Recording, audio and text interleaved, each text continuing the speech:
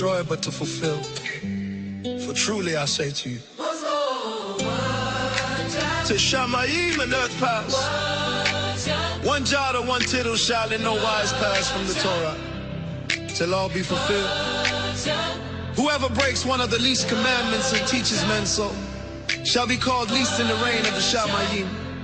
But whoever shall do and teach them, the same shall be called great in the reign of the Shamayim. We the assembly.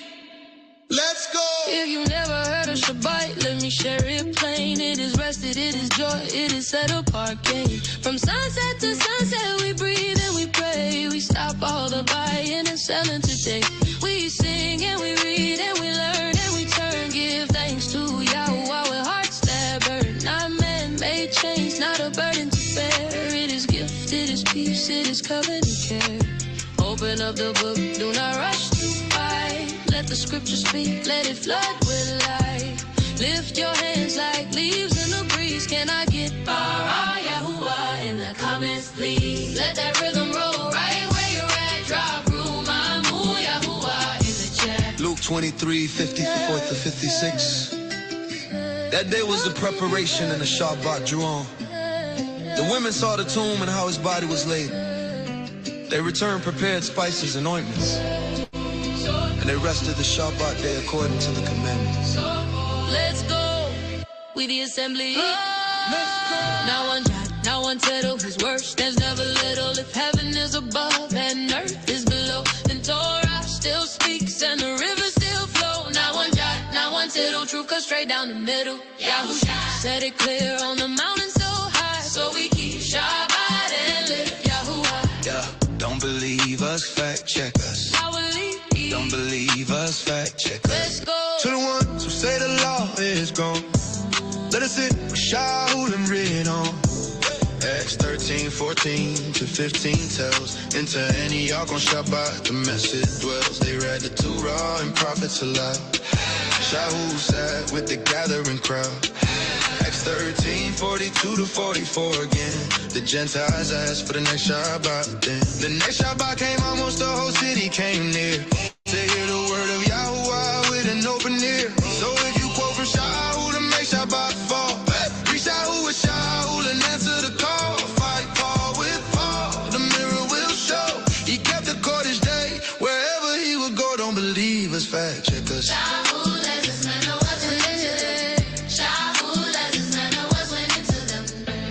Yahuah as his manner was went into them. And 3 Shabbats he reasoned with them out of the scriptures. Colossians 2:16 to 17 is read.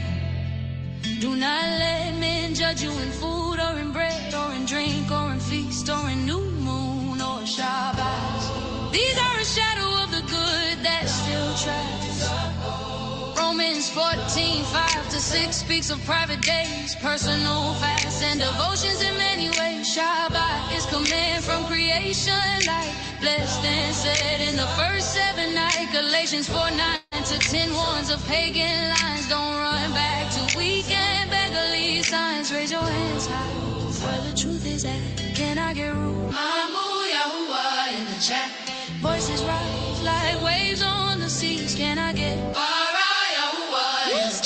Acts 16:13 by the river they prayed on Shabbat outside where a quiet space stayed. Acts 18:4 in the synagogue still. Every Shabbat he reasoned with courage and will.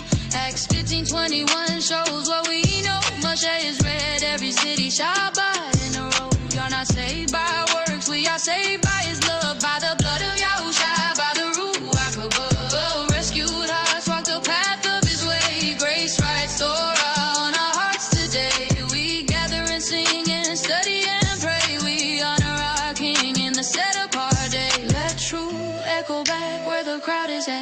Drop out Yahuah in the chat. Don't believe us, fact check us. Don't believe us, fact check us. Shabbat Shalom family, we stand as one. We the assembly under Yahuah, the one. From creation to the mountain to the early crew. From Mashiach to Shahuah to the saints we view. One story, one rhythm, one Kodesh decree. To Shamayim and earth pass his word will be. Now one jot, now one tittle, we will say it again. His word shall remain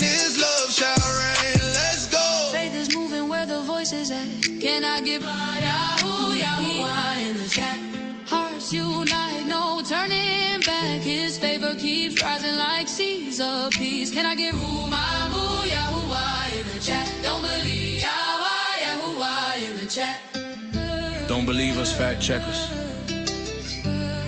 With the assembly forever in truth.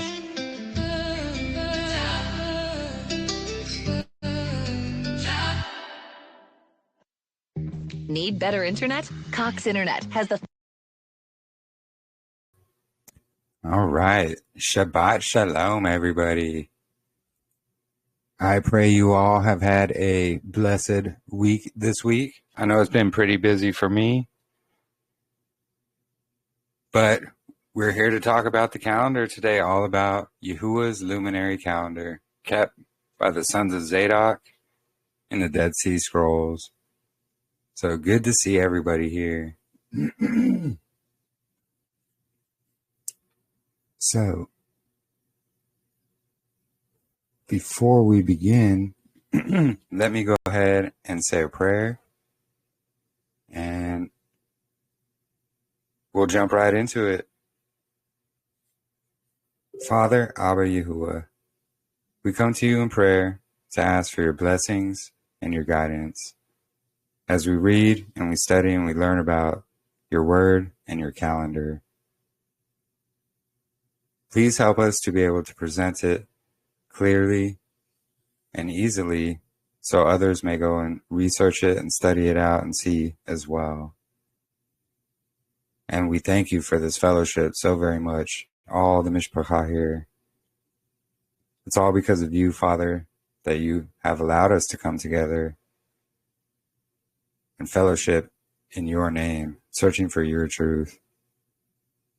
And I wanted to say a special prayer for those who are struggling through different trials and tribulations or struggles, sicknesses, stresses, whatever it may be. We all need your help and your strength to be able to endure to the end. And I pray to you in the name of Yahusha HaMashiach. Let it be so. All right. So, see, Shabbat Shalom, Sumi. Good to see you here, Sumi and Brandon. Shabbat Shalom. And we can hear you a little bit too.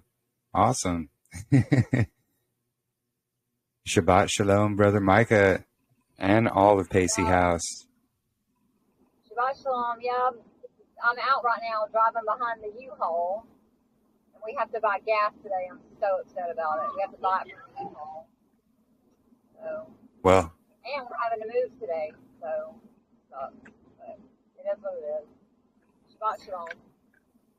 Shabbat Shalom, sister. Been praying for you, keeping y'all in prayer. And let's see. Bobby, Shabbat Shalom, Bobby and Marissa. And Sister Jermaine, Shabbat Shalom. And Sister Esme, Shabbat Shalom.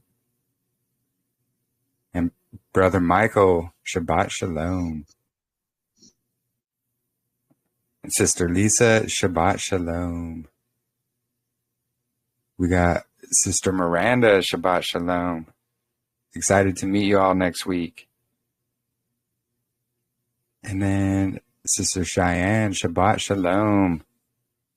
And Brother Dwayne, Shabbat Shalom. Technical difficulties. Oh, there you are, Sister Kelly, Shabbat Shalom.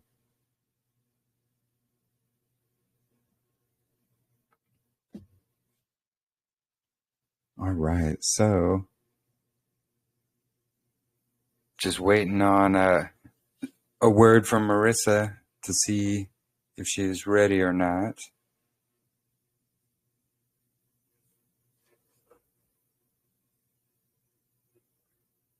But while we wait, so we're going to be speaking all about Yahuah's Luminary calendar.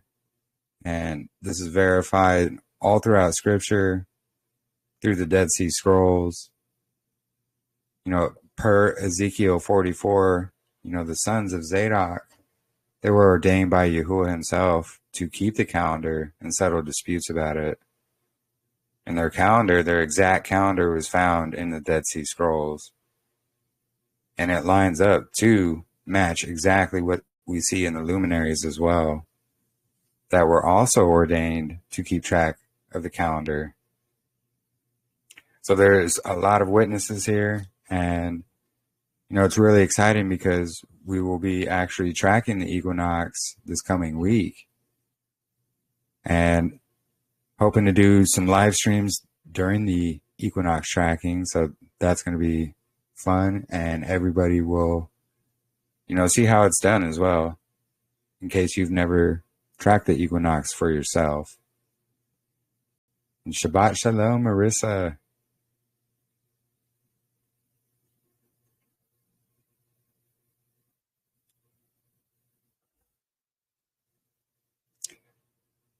So yeah, exciting times. Head of the year coming up next week. This is it's our last Shabbat of the year. Our last Shabbat on a Sunday as well, because it will be moving to Tuesdays. And then we're going to have our midweek midrashes. I'm going to move them to Saturdays, because that will actually be the midweek, according to the new year.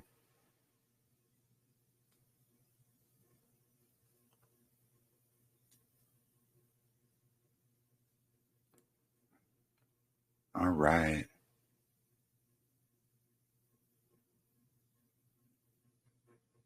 Yeah, no worries, Bobby. All good. Yeah, I heard there's a lot of storms everywhere, actually. Everywhere except here in Arizona. Yeah, lots of flooding, things like that.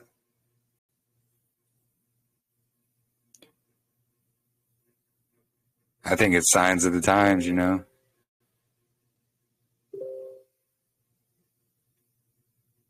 Kayleen, Shabbat Shalom. Oh, you were here for a second. Then we lost you.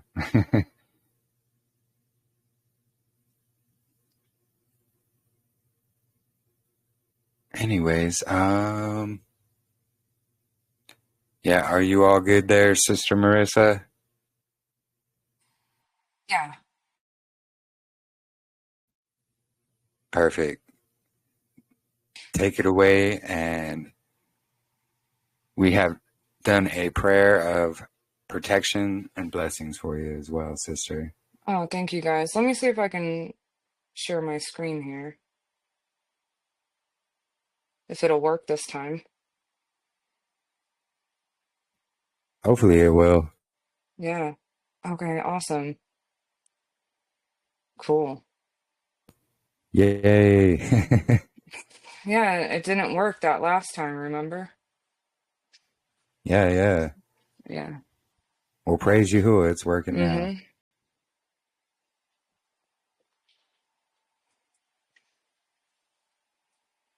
Okay. Cool. I was really excited to share this picture. I have a little like library group I made for myself with all the research for Yah's luminary calendar that myself and several others have done. And this is the overview photo that I have on that. And I just love it because it has the sun, the moon, and the stars in it and shows them like opposite each other like that.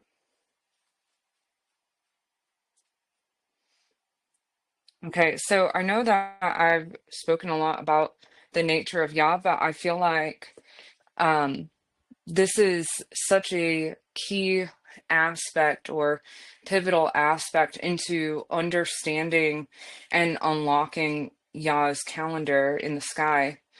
And if we don't understand the depth of his nature, then we could easily be led astray onto leaning onto our own understandings and calculations, especially when we consider how to intercalate because of the discrepancy between what we can see in actuality is the solar year of 365 and a quarter days, as opposed to what we learn in the book of Enoch at 364 days. And so this has become like such a mystery for people in the Torah community, and they're racking their brains about it. Um, like the lunar people, they're like, oh, let's add a 13th month every 3 years. Or the Zadok people with the Wednesday start, they're adding a week every 6, 7 years. And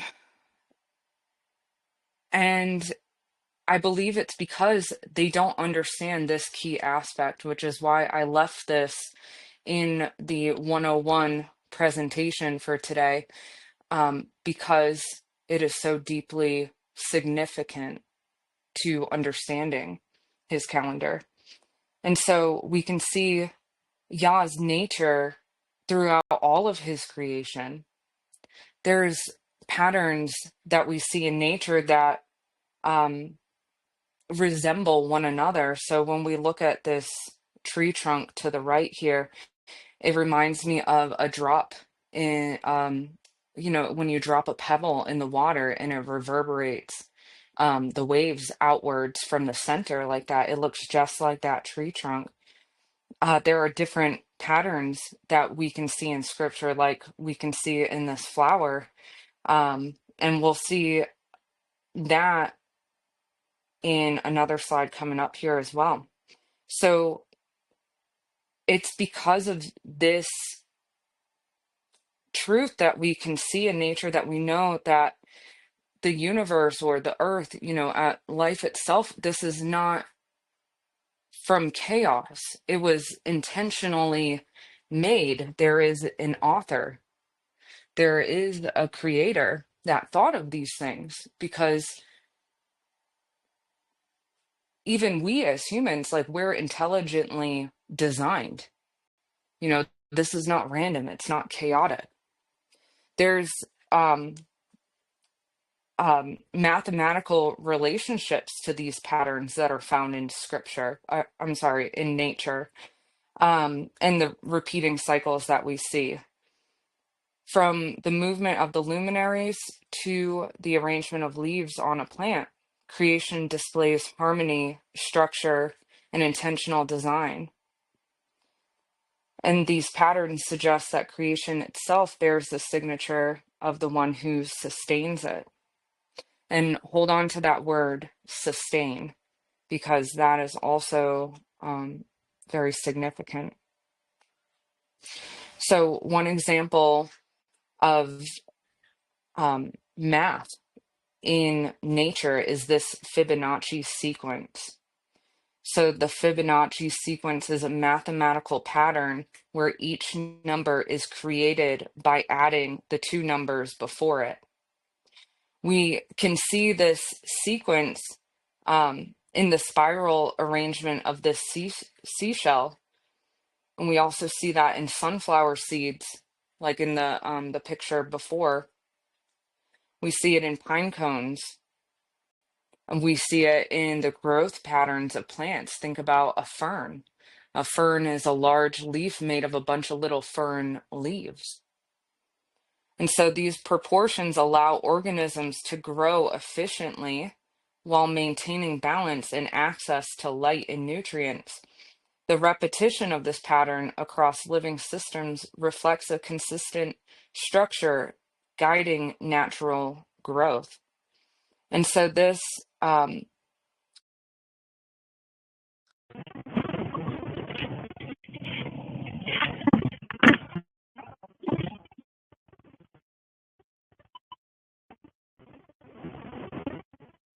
Something changed there.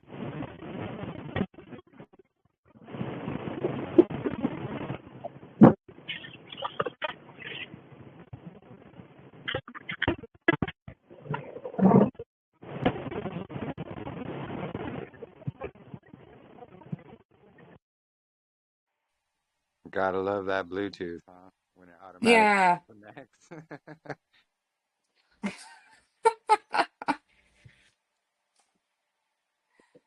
Okay. Can you guys still hear me though? Yeah. Okay. Well, he was moving the car and it like connected to the Bluetooth in the car. Um sorry. He's putting it under the carport because of the storms. Um okay, yeah. So I love this spiral seashell because it reminds me of the seasons. Like when we think about the pattern for each season, the 30, 30, 31, that would be a spiral in itself. So four spirals would make up the larger spiral of the year, so to say. And so, yeah, I love that picture. I think it's a good representation of how Yah works in patterns. And so when we think about that, rotation of the spirals in the seashell, that brings me to this. Mathematics reveals another layer of structure through the concept of an imaginary number represented by the value I, which allows numbers to move beyond a straight line into a two-dimensional space known as the complex plane. And so there was a video about Mandelbrot's that I watched. And so on the one line, it has a 0, and then to the left, you have negative numbers, and then to the right, you have positive numbers. But where does this value of I get placed? Because it's not positive or negative. And so from the 0, there's a line that's made that goes straight up and down. So it's on a different plane and it's considered an imaginary number. And so in this space, patterns can rotate and spiral and expand outward rather than repeating directly on top of themselves. So think about those spirographs, I believe they're called. It's like this little plastic wheel. And, we would have these when we were kids, and we'd put the pencil and we would draw the wheel around and around and around, and it would make this really awesome pattern to it. But it would be just slightly off that the pattern did not complete itself. So you wouldn't keep drawing the same lines on top of one another. The pattern will just continue and get bigger and bigger and bigger, and change shape. And that's because of that variable number, if you will, that imaginary number. So it's because of that in that space that the pattern can rotate and spiral and expand outwards rather than just replicating on top of itself. This rotational dimension allows patterns to unfold into spirals and circular motion, similar to the designs produced by a spirograph. Instead of simple repetition, the pattern pivots and extends into new directions, creating layered geometry. Through this mathematical principle, ordered growth can transform into dynamic motion and expanding structure. And so we can see in this picture here a couple more examples in nature of this spiral. This Fibonacci sequence, I believe it's called the golden rule. And so we can see that same spiral in the ear or in the way storms are formed, or that seashell in the top left. It looks like the rose. And the only reason it does that is because of that imaginary number, that the patterns can expand and grow. And so we have to remember that word sustain. Colossians 1:17 says, and he is before all things, and by him all things consist. And that word consist is synestemi, or to set together, to unite, to combine into order. Consist means more than just existing. It shows that all creation is actively set together, arranged, and held in unity by Yahuah through Messiah. And so he sustains everything. He is the glue that holds it all together. And so when we consider that imaginary number and the, how we can see math in the patterns of nature, and how we can see how, like that spiral seashell, it goes from one complete spiral into the next spiral. It's because of that imaginary number that the next spiral can be made. And that imaginary number is Yahuah himself. And by him all things are sustained and consist. So that brings me to the Mandelbrot pattern. When rotation and repetition combine within complex mathematics, so that complex plane we're talking about with the imaginary number, they produce fractal structures such as the Mandelbrot set. And so this is a picture on the right. Now, yes, this is like a computer generated picture, but it's based off of that Fibonacci sequence of mathematics. Okay. And so you can see how that pattern continues to replicate over and over and over and over. Fractals, which is what those are, fractals are patterns that repeat at different scales, meaning the same structure appears whether viewed closely or from a distance. Similar fractal geometry appears throughout creation in tree branches, in lightning, coastlines, lungs, and river systems. So if we were to zoom into this picture here, we would see the same patterns again and again and again the more you zoom in, meaning that the patterns are infinite. And Yahuah himself is also infinite. This layered repetition reveals how simple rules can generate immense complexity. The same structure echoes through multiple levels, creating patterns within patterns that extend outward indefinitely. And so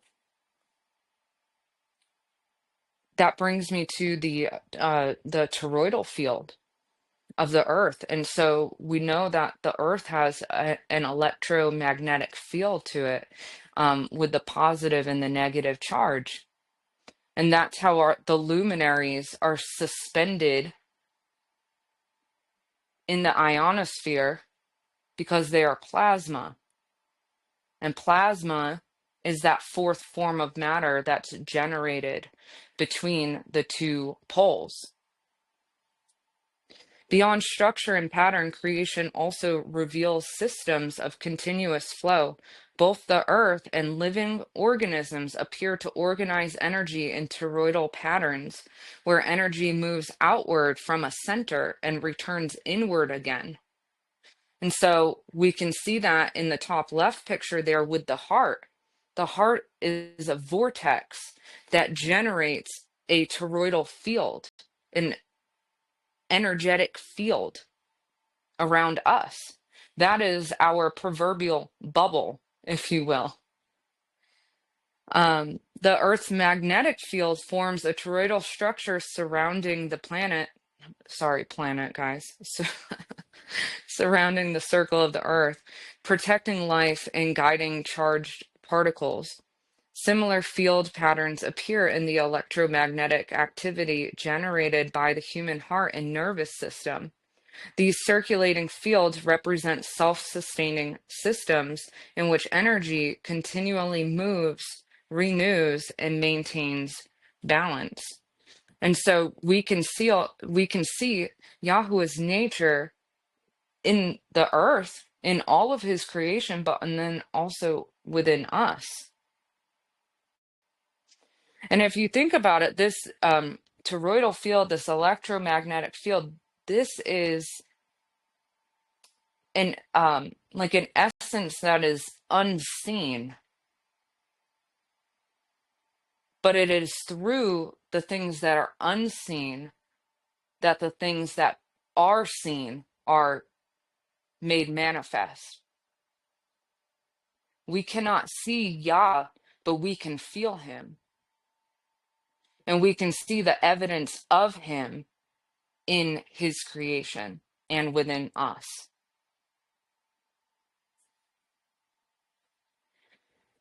So when these patterns are considered together, creation reveals a consistent progression, ordered growth, rotational unfolding, layered complexity, and sustaining circulation. Mathematical patterns, fractal structures, and dynamic energy systems appear across biology and physics, forming a unified framework throughout the natural world. These structures demonstrate that creation operates through harmony, balance, and repeating order rather than randomness. Okay, so there is no man-made ordinance that we can impose that is going to change what the nature of Yah is. He decides that. The same order can also be observed in the movements of the sun, moon, and the host of the stars, whose courses mark cycles, seasons, and rhythms within creation. Just as patterns appear within mathematics and living systems, the luminaries follow precise paths that sustain the structure of time and the rhythms of life on Earth.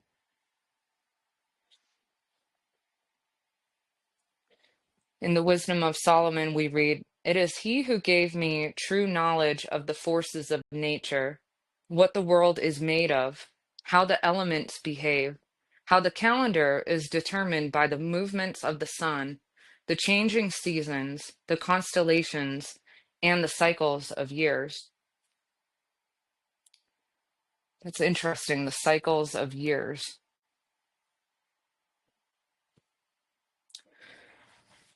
So in 2nd Esdras, we read, "Upon the 4th day, you commanded that the sun should shine, and the moon give her light, and the stars should be in order, and gave them a charge to do service unto man that was to be made."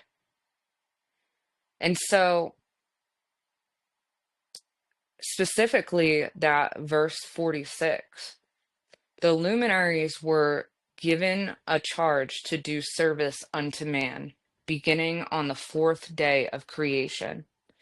This reminds me of Psalm 19, where it says that the sun is set forth from his chamber. So on the 4th day, Yahuah set the sun forth from his chamber. And so that begs the question of, what is the chamber that the sun was set forth from? And so we know that Yahuah has his throne of glory, or his abode of glory, in the midst, in the center of the Shamayim. And he and his throne room were first, before everything. And so all of creation is made by him, and from him all things consist. All things are set forth from him, and all things return to him. And thus Yahuah himself is the proverbial chamber. So when we consider how the year is to be kept as 1 through 364 days, this service becomes structured and orderly. It is well known by believers alike that the number of man is 6, And Enoch describes 6 portals through which the luminaries move throughout the year. So the sun's service unto men is as the sun is moving through these 6 portals throughout the year for 364 days. Each portal represents a segment of the year in which the luminaries carry out their appointed service, maintaining the rhythm of days, seasons, and time for humanity. This shows that the movement of the sun, moon, and stars is purposeful, intentional, and directly connected to man, revealing the careful and divine order established by Yahuah. Enoch 72 describes how the sun rises and sets through these 6 portals.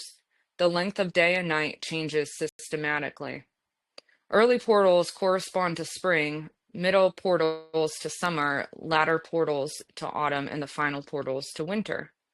Each portal's days and nights are measured in symbolic parts, showing how daylight gradually increases or decreases throughout the year. And so I just realized that image is a little off right there, but the bottom line says shows gradual progression of seasons, spring, summer, autumn, winter. And so we can see for spring, the days are 30, 30, 31, and the sun moves from the 4th to the 5th to the 6th portal. For summer, on months 4, 5, and 6, it moves from the 6th portal to the 5th to the 4th portal. Again, 30, 30, 31. And then in the fall, months 7, 8, and 9, it moves from the 3rd portal to the 2nd to the 1st. 30, 30, 31. And then in winter, months 10, 11, and 12, it moves from the 1st portal to the 2nd to the 3rd. Again, 30, 30, 31.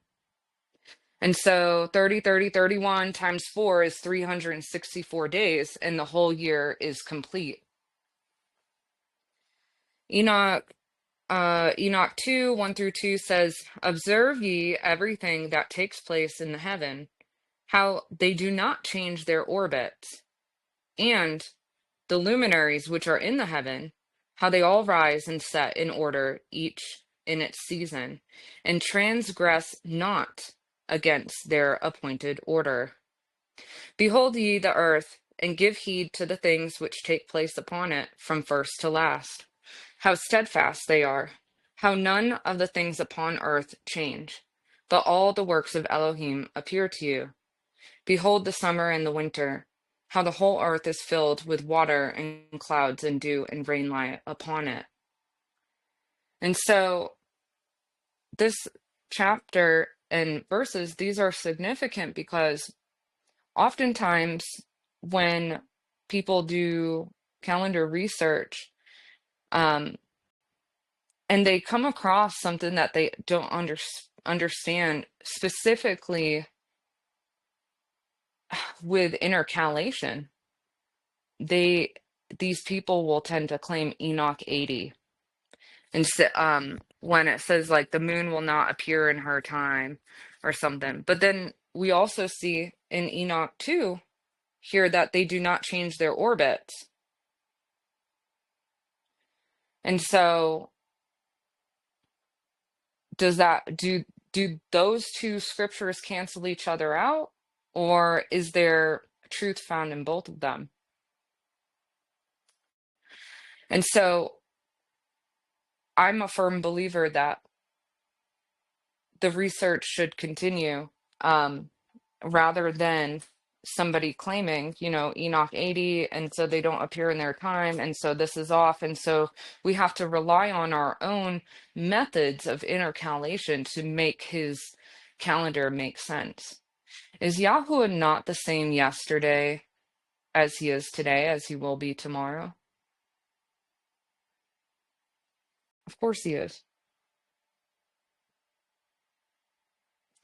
And so this is a nice visual representation that Natalie made of the year. And so we can see each of the 4 seasons and how the months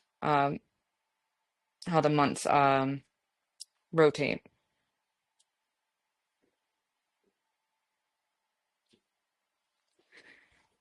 So in Enoch 72, it's describing the solar cycle.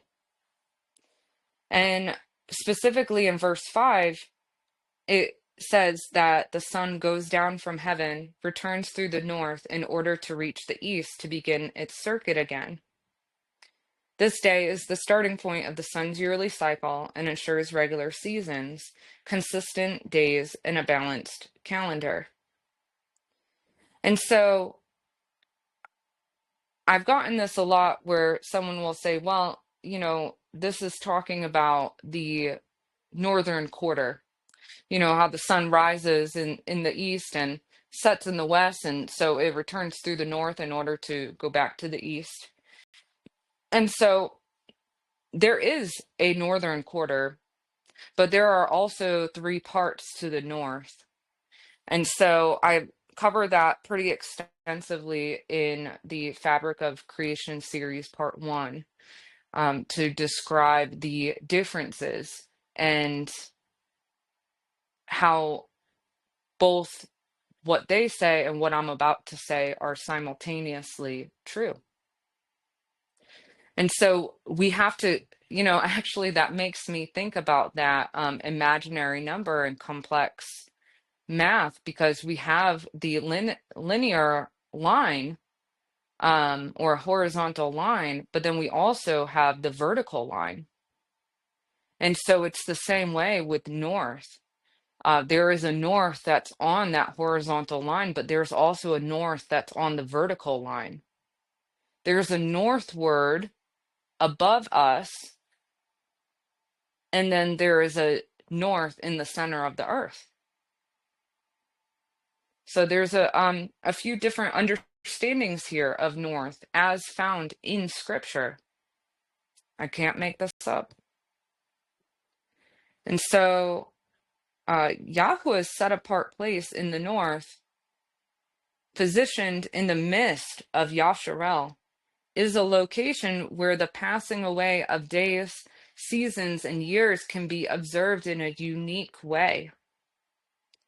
The chamber day, or the great sign, which follows after the 364th day of the year, is when the sun has traversed northward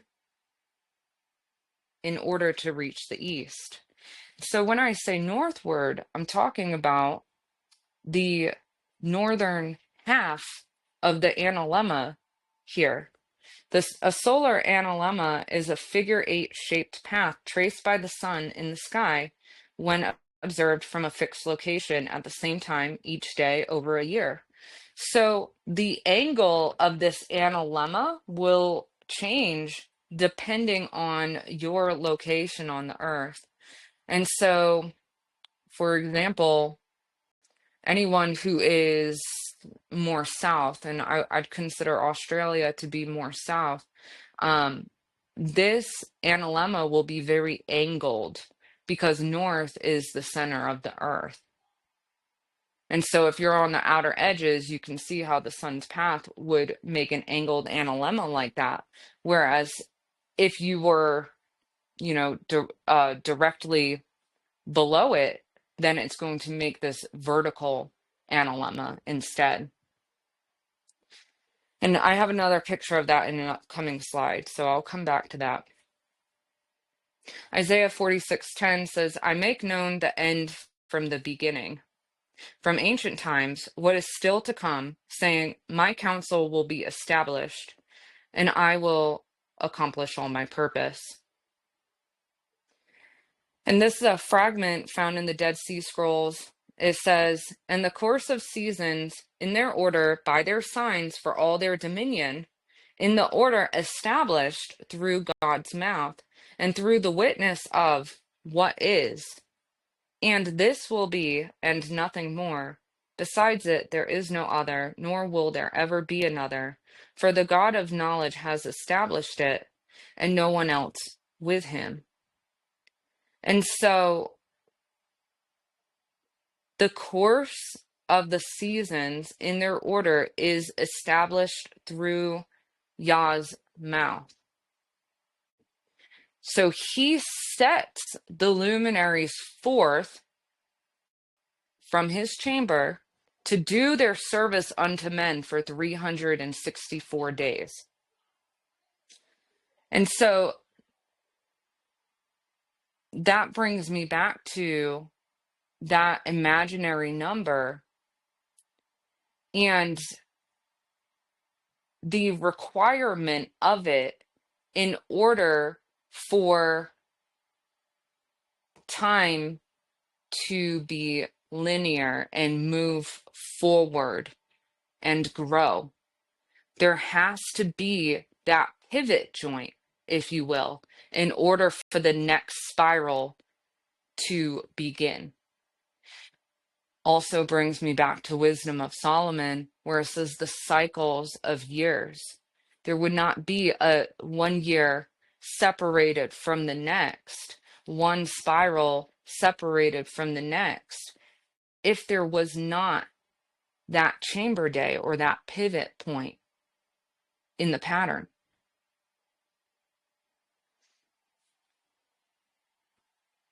The equinox day marks the fleetness of the old year and the establishment of the new year. On this day, many on the earth will observe the straight line shadow, a great sign to Yasharel. In this way, the sun returns to the east, and the following day begins its next circuit or service unto men, along the curve of time at the renewal of the solar year.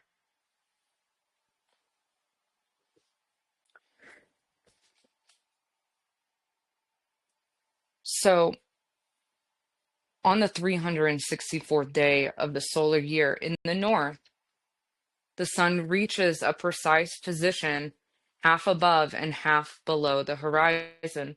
So when I say north in this slide here, I'm talking about in the midst of the earth, in the center of the earth at the North Pole, where many speculate is where Mount Zion is.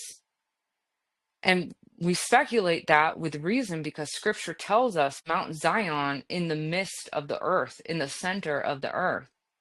And we know that Yahuah is in the midst of his people. He's also in the midst between the years because he's that synestomai that holds all things together, including time itself. And so when we consider what the sun is doing in the north, where that analemma is vertical,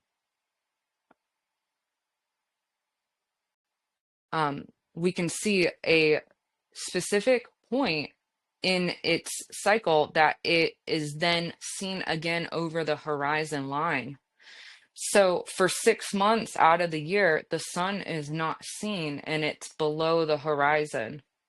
It doesn't mean that there isn't light in the North Pole, because there is, I believe, with exception of very minimal light for about 60 days of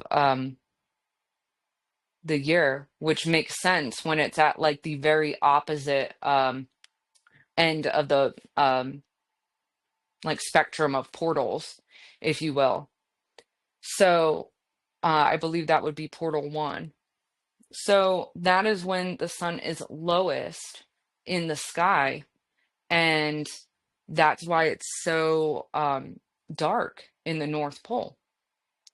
And so at the equinox, though, that is the day that the sun, the orb of the sun, is finally seen again above the horizon, meaning the sun has traversed northward in the analemma and simultaneously returned to the east. And how is that? Because while in the north, they're witnessing the sun's return northward, for the rest of us across the earth, we're witnessing the sun return to the east because it rises at exactly 90 degrees east that day. And so I have some screenshots here from Stellarium I have it in 2024, so that you can see um, the movement of the sun. And now that line that's directly across, it says it's the 0 degree line. That's the horizon line. I turned the landscape off. So the sun will be moving beneath the horizon line on day 363. And on day 364, it will be riding half up and half down. Now, I have thought about that, does this bear any relevance to um like the 9 parts day, 9 parts night that we read in Enoch, because we got a half and half sun right here. I don't believe I could connect those, but it was something that I thought about.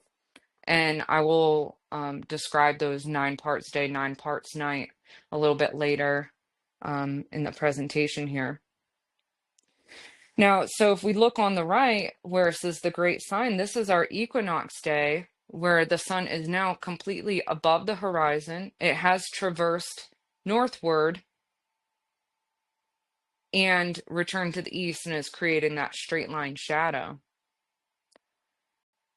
And now that straight line shadow echoes Yah's nature as well. How many times do we read in scripture, straight is the way, narrow is the gate? There's so many different references in that way that it speaks to Yahuah's character of him himself. His day, his great sign day or chamber day, is outside the curve of time. Because we know that on the 4th day of creation, that is when Yahuah set the sun forth from its chamber to do its service unto men. So that means on the 4th day of the week, the sun rises in the 4th portal or the 4th gate. But the day before it is that equinox day where the sun is neither in portal 3 and is not yet in portal 4. It's riding the line, making that straight line shadow. It is the chamber. So all the luminaries are set forth from that the next day, and they return to it the day before it on day 364. And so we have that day in between the years as that imaginary number or that pivot joint to start the next spiral on the seashell, for example. It has to be there in order for the luminaries to echo the nature of Yah and the patterns and continuous cycles that we see in all of creation.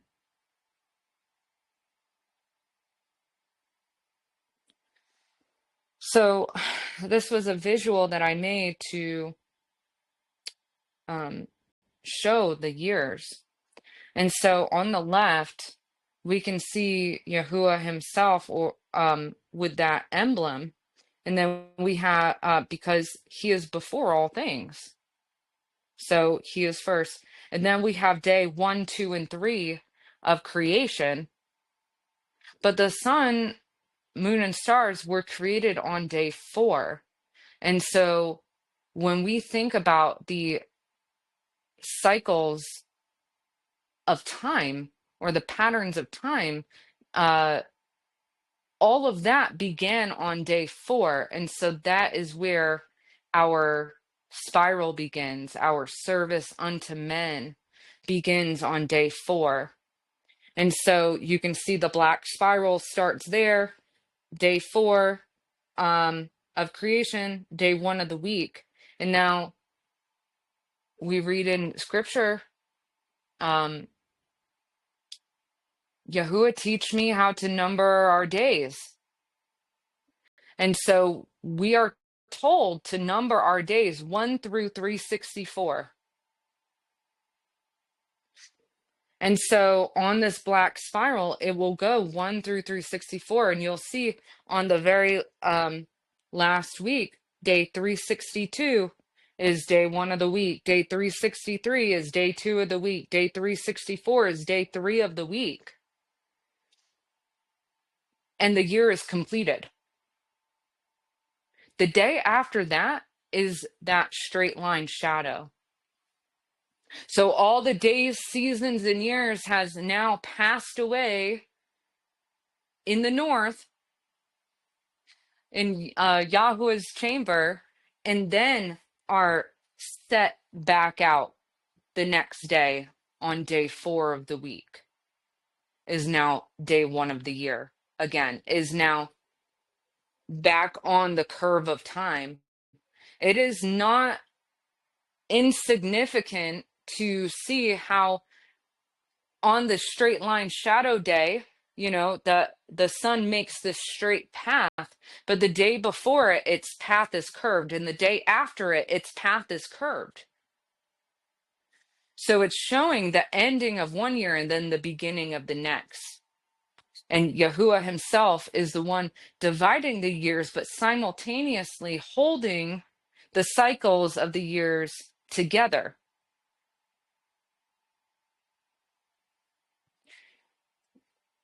Okay, and so I'll just read on the bottom right here, Jubilees 1:9 says, and Yahuah appointed the sun to be a great sign on earth for days and for Sabbaths and for months and for feasts and for years and for Sabbaths of years and for Jubilees and for all seasons of the year. Just to draw our attention to the beginning of that was a great sign on earth for days and for Sabbaths. So it is through the sun's cycle and us understanding it that we know which day is the Sabbath. It's not tied to the Gregorian calendar. It is tied to this great sign. So the day after the great sign, the luminaries begin their service unto men. We got day 4, 5, 6, 7. So the 4th day of the year is the first Sabbath of the year. And so coming up here at the end of this week on Gregorian Friday, we will experience the straight line shadow. We'll be able to witness that and observe it. And 4 days after that will be the Sabbath. So the 21st will be, March 21st will be day 1 of month 1. And then that would make Tuesday, March 24th, the first Sabbath of the year. We need to get out of the mindset of tying Yahuah's calendar to this man-made Gregorian calendar. It's not going to be Saturday as the Sabbath, because you would have to disregard what scripture says here, and I will call Jubilee scripture, in order to maintain a Saturday Sabbath. You will have to disregard this, and you will have to lean on your own understanding and make up your own man-made ordinances for intercalation in order to hold on to that. And so we're not going to do that. We want to put off the old man. We want to crucify our flesh with Messiah. We want to walk in the Spirit. We want to walk in his ways and in his understanding and in his truth, and the things that we think, do, and say and abide in reflect him and his nature.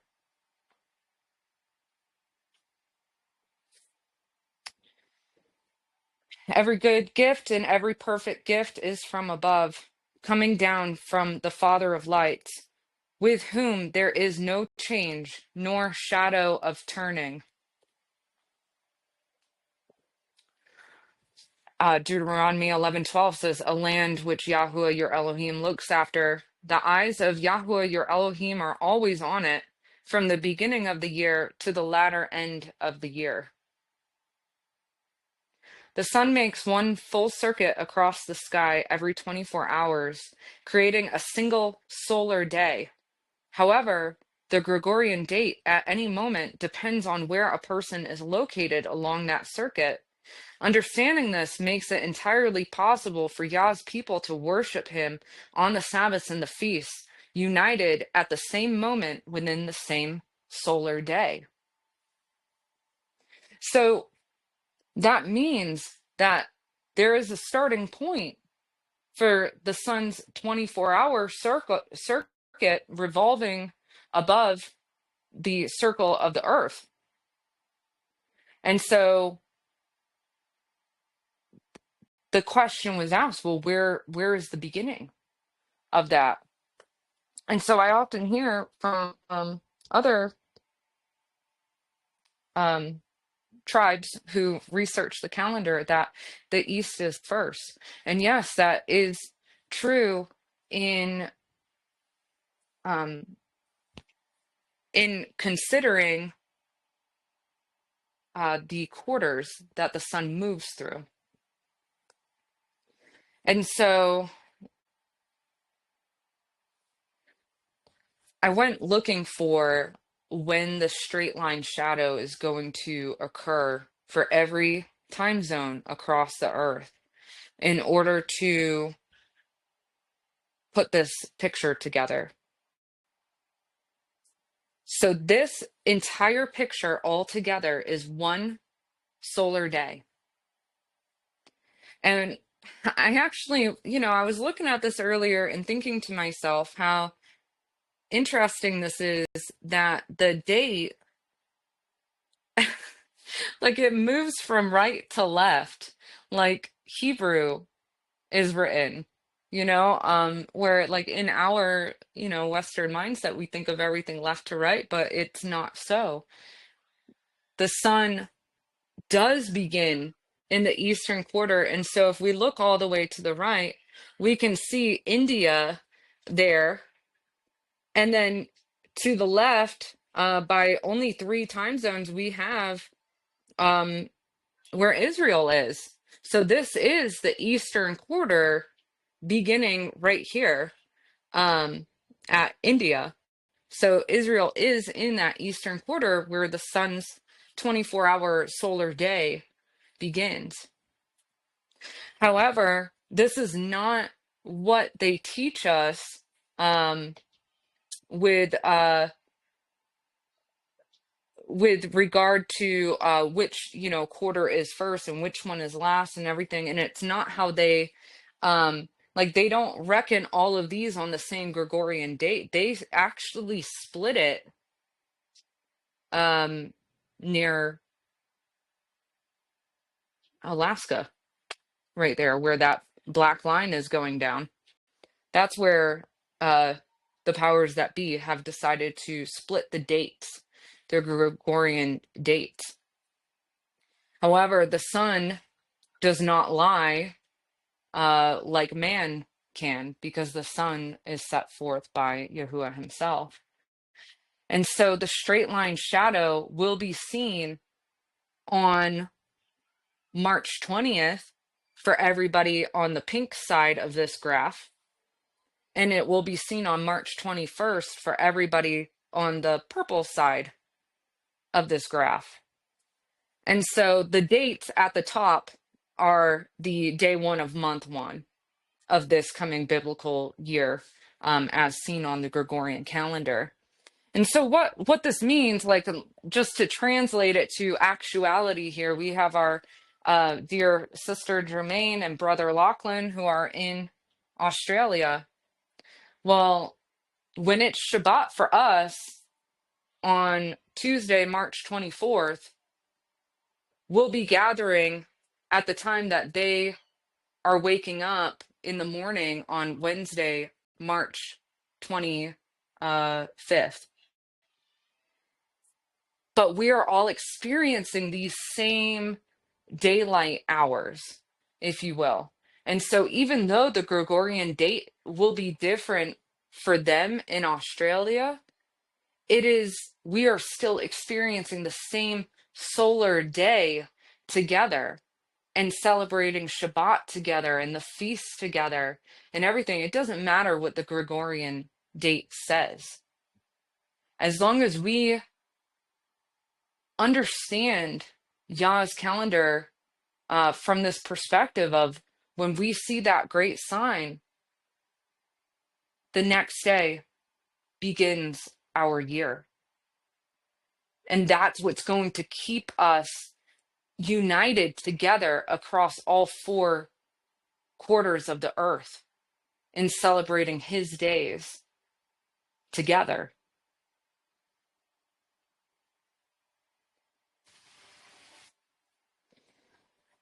Okay, and so it's important to always begin the year on the day after the great sign and to number our days from there.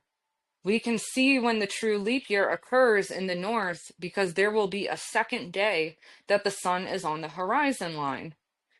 These years do not align with the leap years on the Gregorian calendar.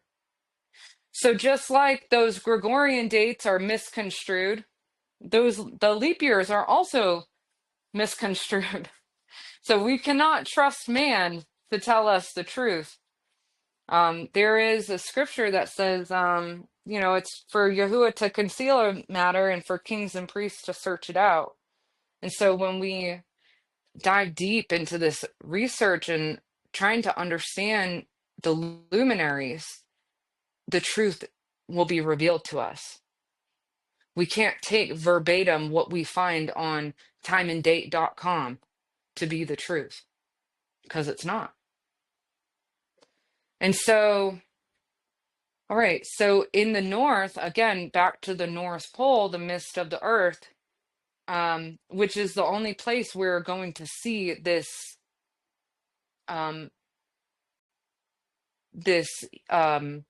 like journey northward in the sun's analemma in this way, so we can actually see the leap years as well.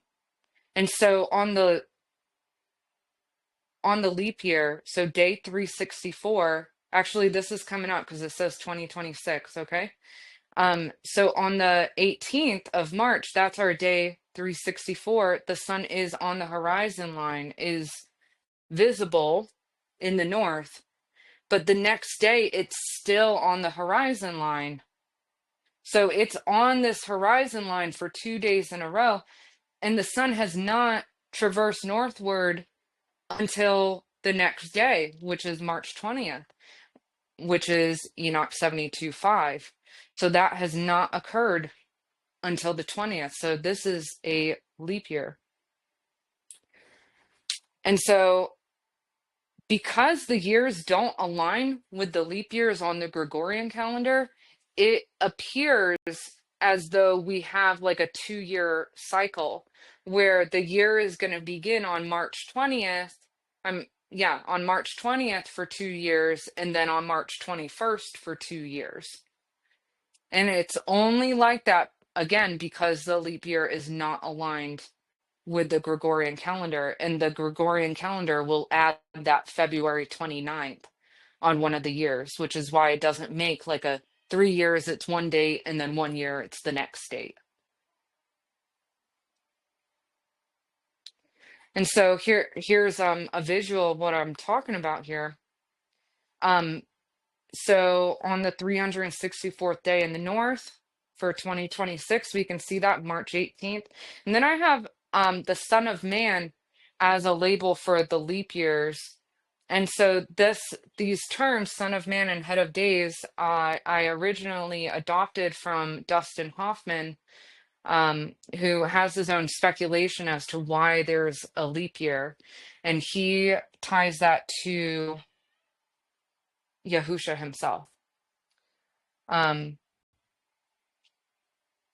So when we look at this graph, we can see on the fourth column, day one Tekufa, meaning head of the season, not equinox, head of the season, because there's 4 Tekufas found in the Dead Sea Scrolls. We can see that like every 2 years the date changes for the start date of the year.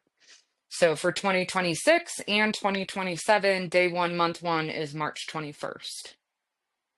And then I included the 5th column to show the first Sabbath of the year. So Enoch 5:2 says, and all his works go on thus from year to year, forever, and all the tasks which they accomplish for him, and their tasks change not, but according as Elohim hath ordained, so it is done.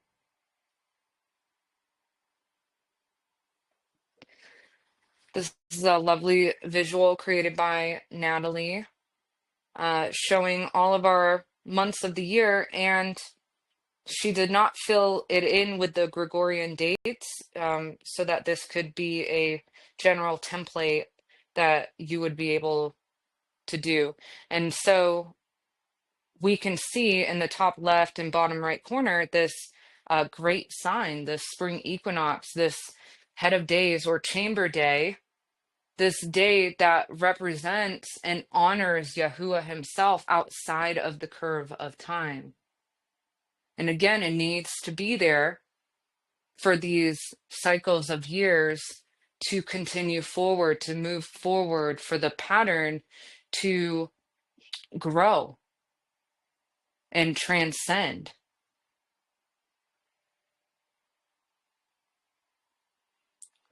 Okay, so much of what we really need to know involves the solar cycle, because the sun is the one that leads the year with the seasons and its days of and its parts, day and night and everything. However, there are the other luminaries. So what about the moon? How does the moon play a significant role in Yah's luminary calendar? The book of Enoch tells us that the moon has 4 names. And I'll try to read them. Asanya, Ebla, Benez, and Ere.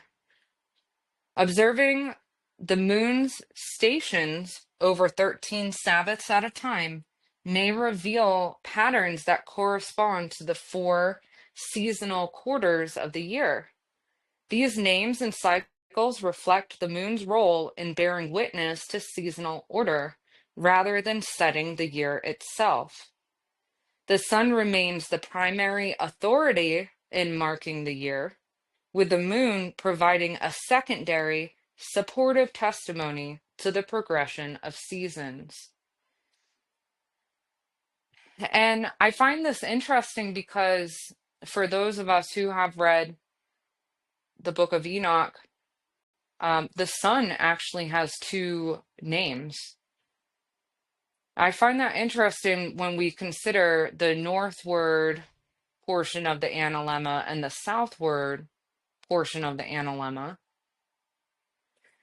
And so the moon bearing 4 names is significant as well, especially when much of the descriptors found in scripture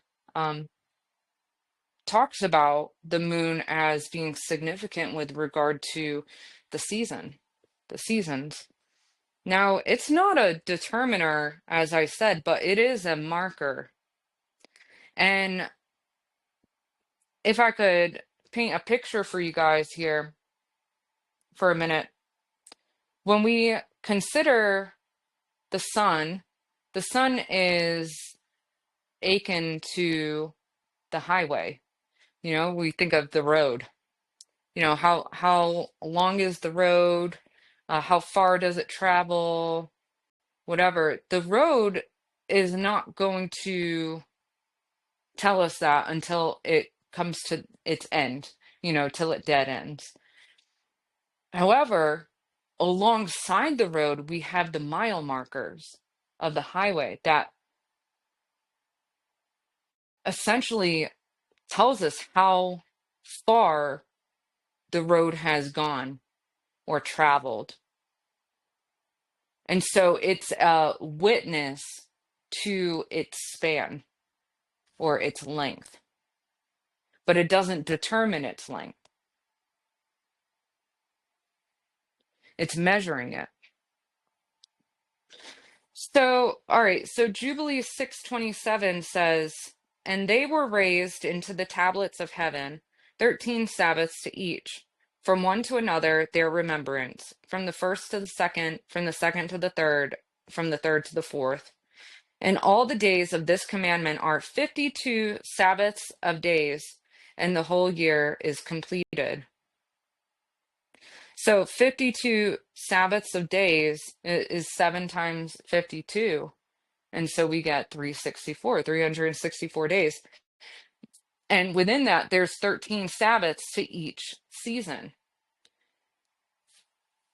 Now, a lot of people want to tie the moon phases to the priestly courses, because in the Dead Sea Scrolls, when they describe the priestly courses, they also share the information of when the full moon and the new moons are.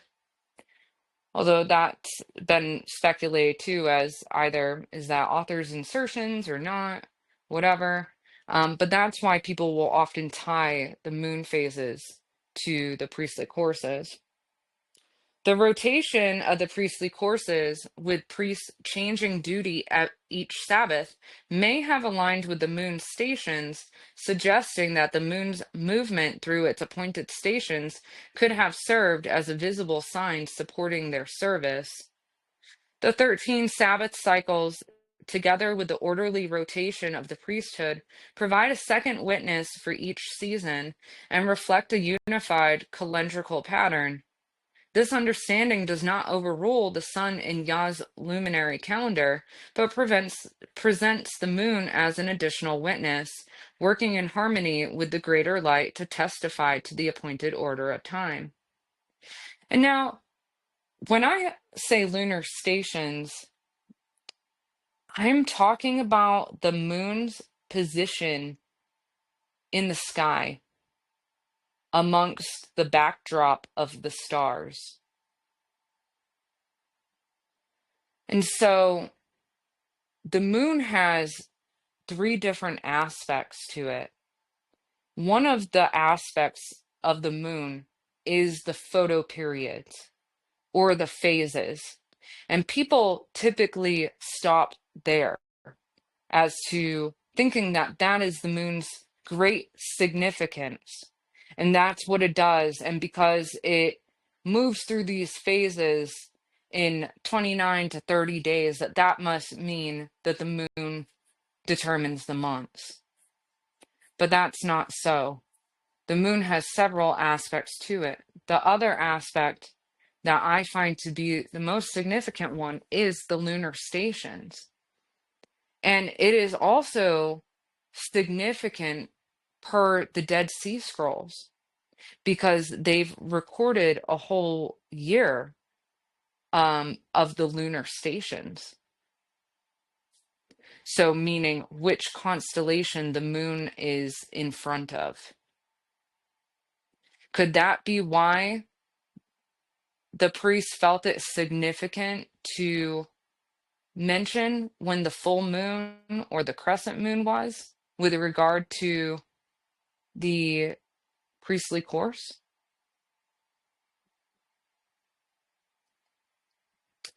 So the moon passes through 24 fixed stations on its journey across the sky, dividing its path into equal segments of 15 degrees each. These stations are appointed by Yahuah to provide structure and rhythm to the moon's motion.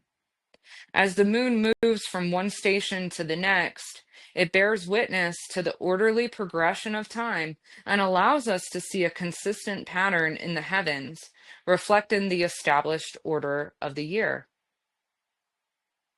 We know these stations are significant, number one, because well, when I first learned it was because of the Dead Sea Scrolls. There is a scroll, it's called the Zodiac Scroll, and in that it lists which constellation or Mazzaroth that the moon is in front of throughout the year.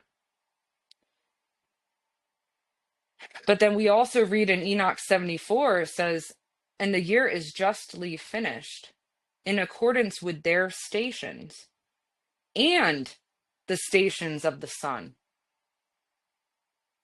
rising through their portals through which they rise and set 30 days.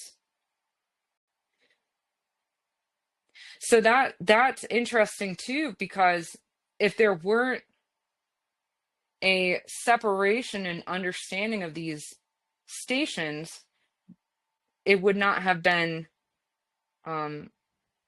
like specifically mentioned in the sentence that way.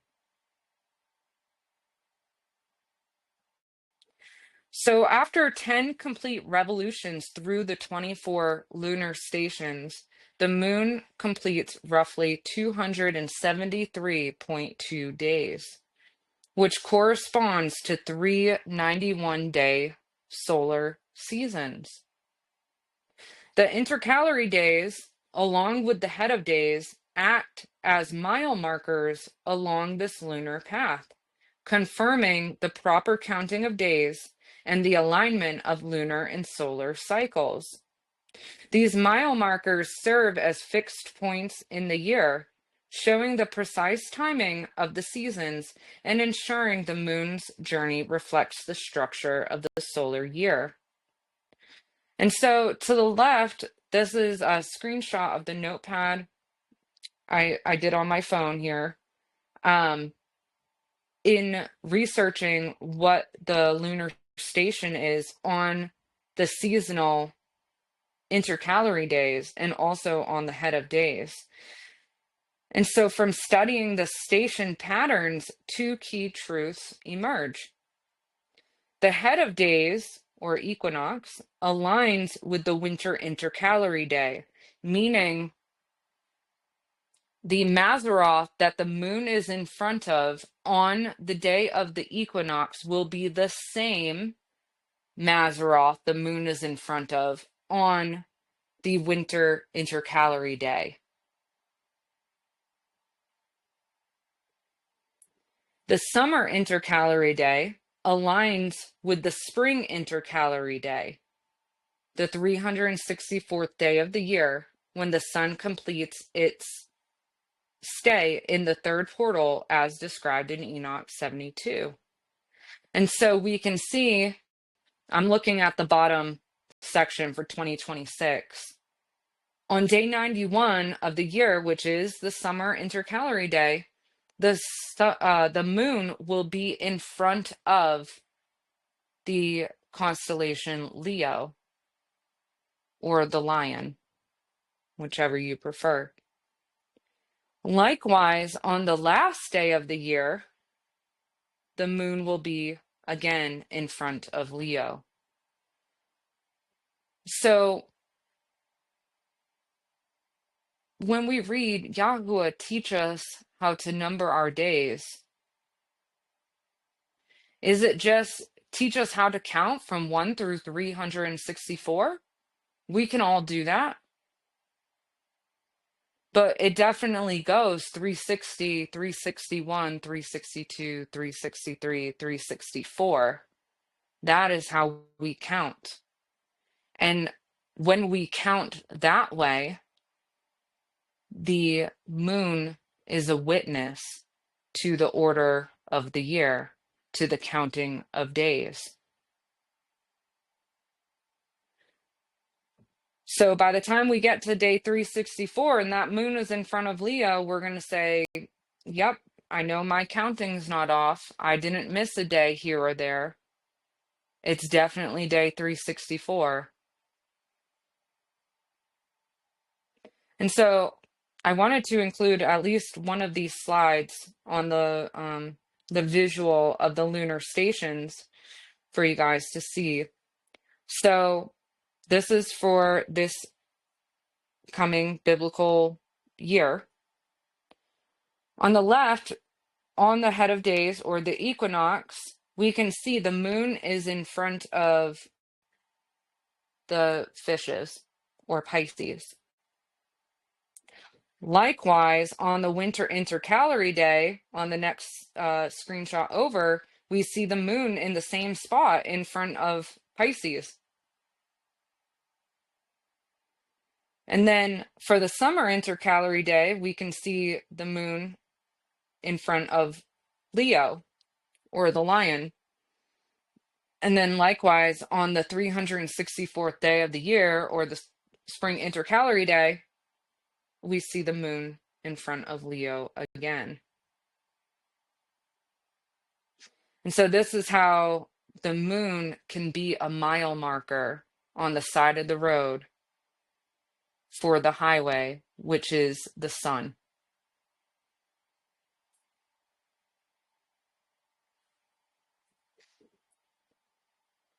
And here's another screenshot of some more years.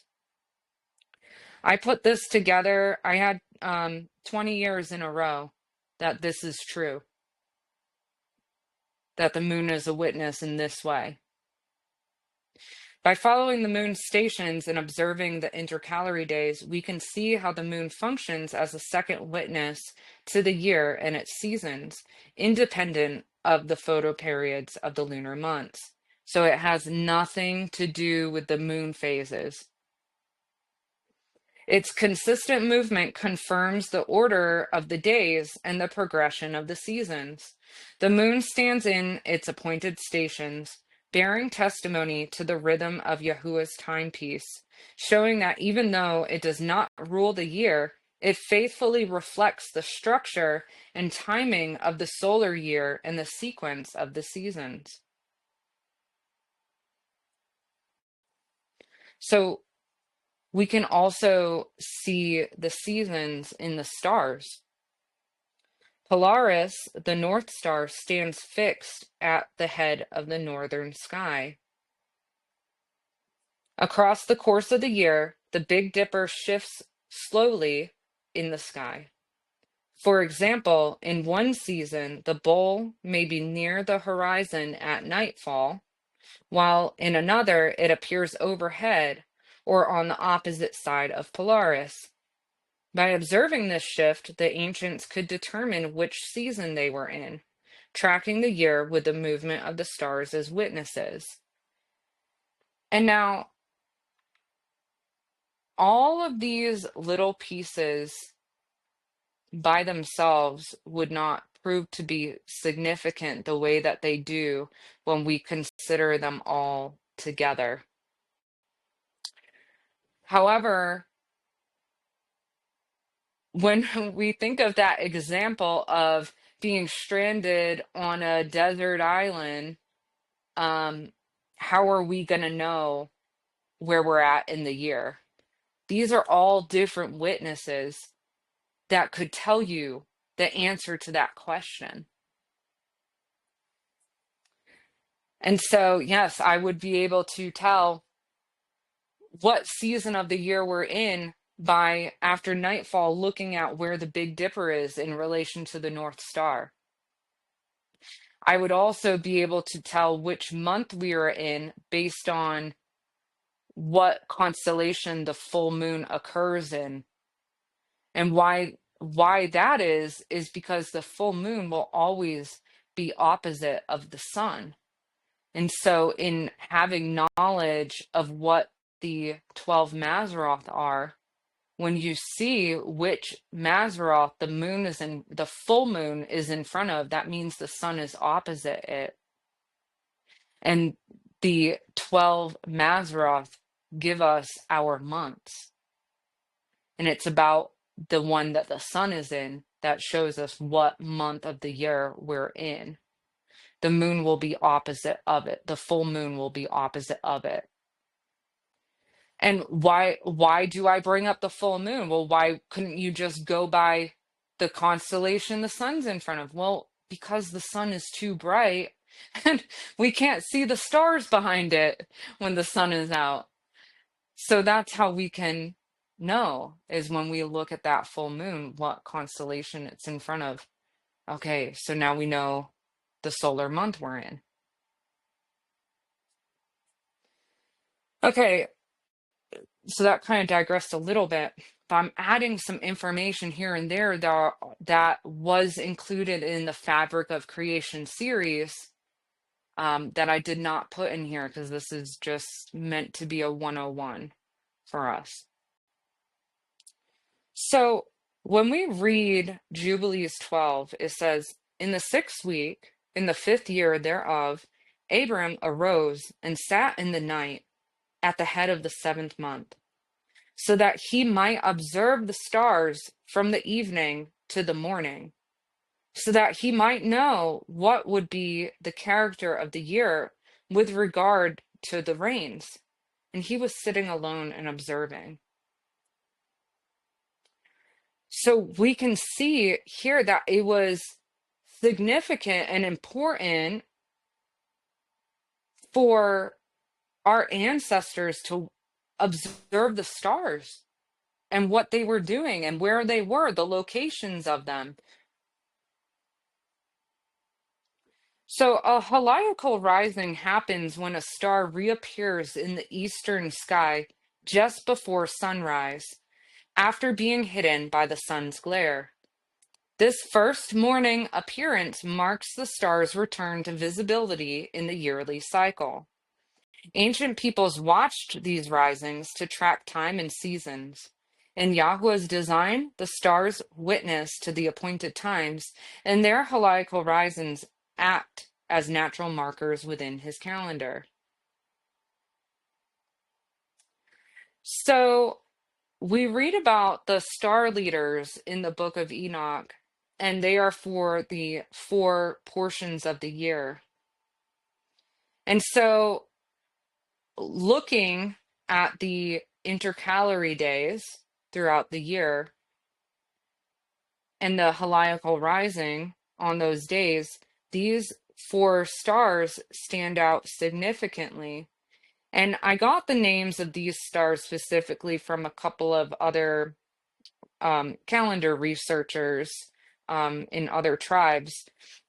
I was told the star Saddle Melech, and these stars ring to be true because there they are, right at that heliacal rising before sunrise. They are the brightest star in those constellations, or Mazzaroth, if you will. And so the spring intercalary day star leader is Saddle Melech. The summer intercalary day star leader is Aldebaran. The fall intercalary day star leader is Regulus, and the winter intercalary day star leader is Antares.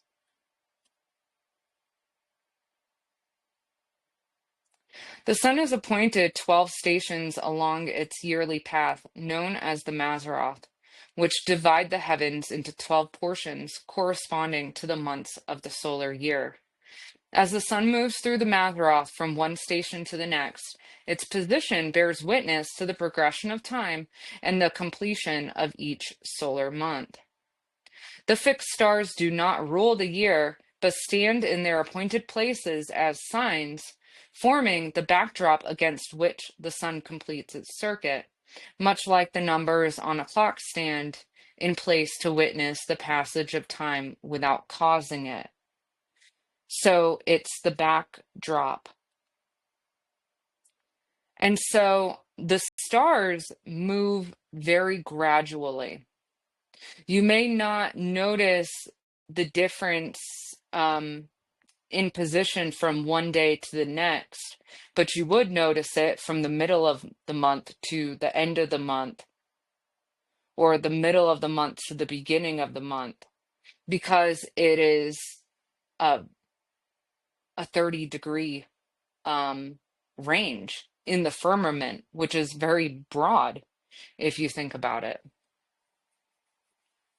And so when we consider the backdrop of the stars, we can know or have a general idea of what month we're in and how far into it we are. As the sun moves through the Mazzaroth each month, its light illuminates different portions of the earth, creating predictable cycles of day and night. Enoch was shown this view from above the earth, and the 18 divisions of light and darkness described in the book of Enoch reflect what he observed, demonstrating how these cycles are measured and recorded. This provides a visible framework that the moon and stars then witness throughout the year. And so when we read these divisions of light and darkness in Enoch,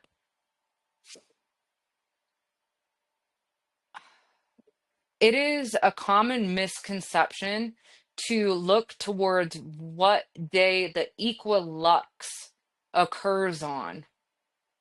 But the equilux is dependent on the observer's location.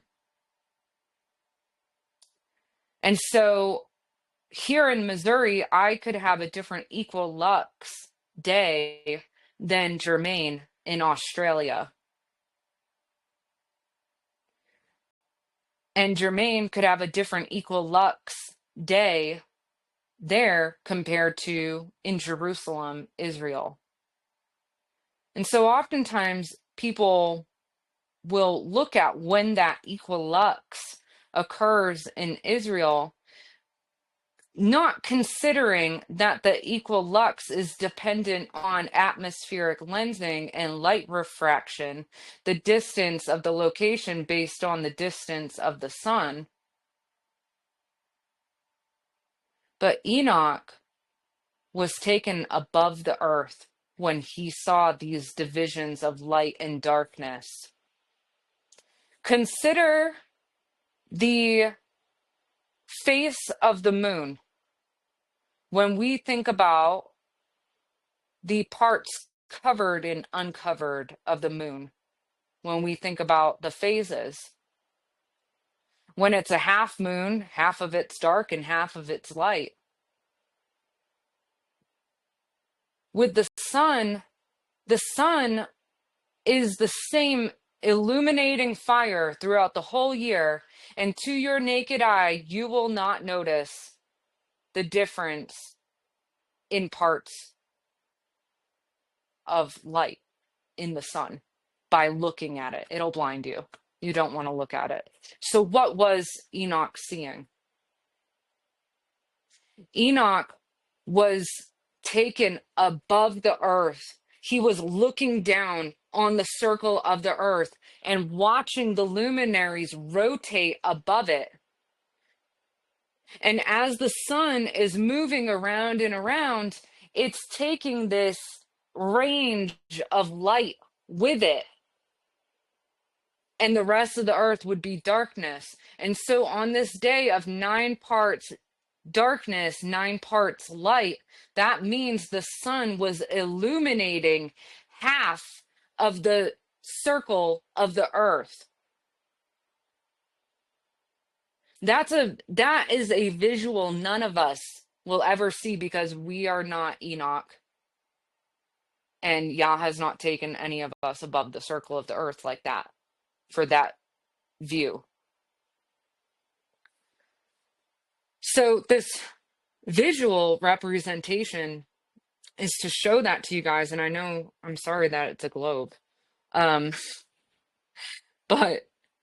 we can see how the sun is illuminating half of the earth here. And if it were to rotate around above it, that half would rotate with it.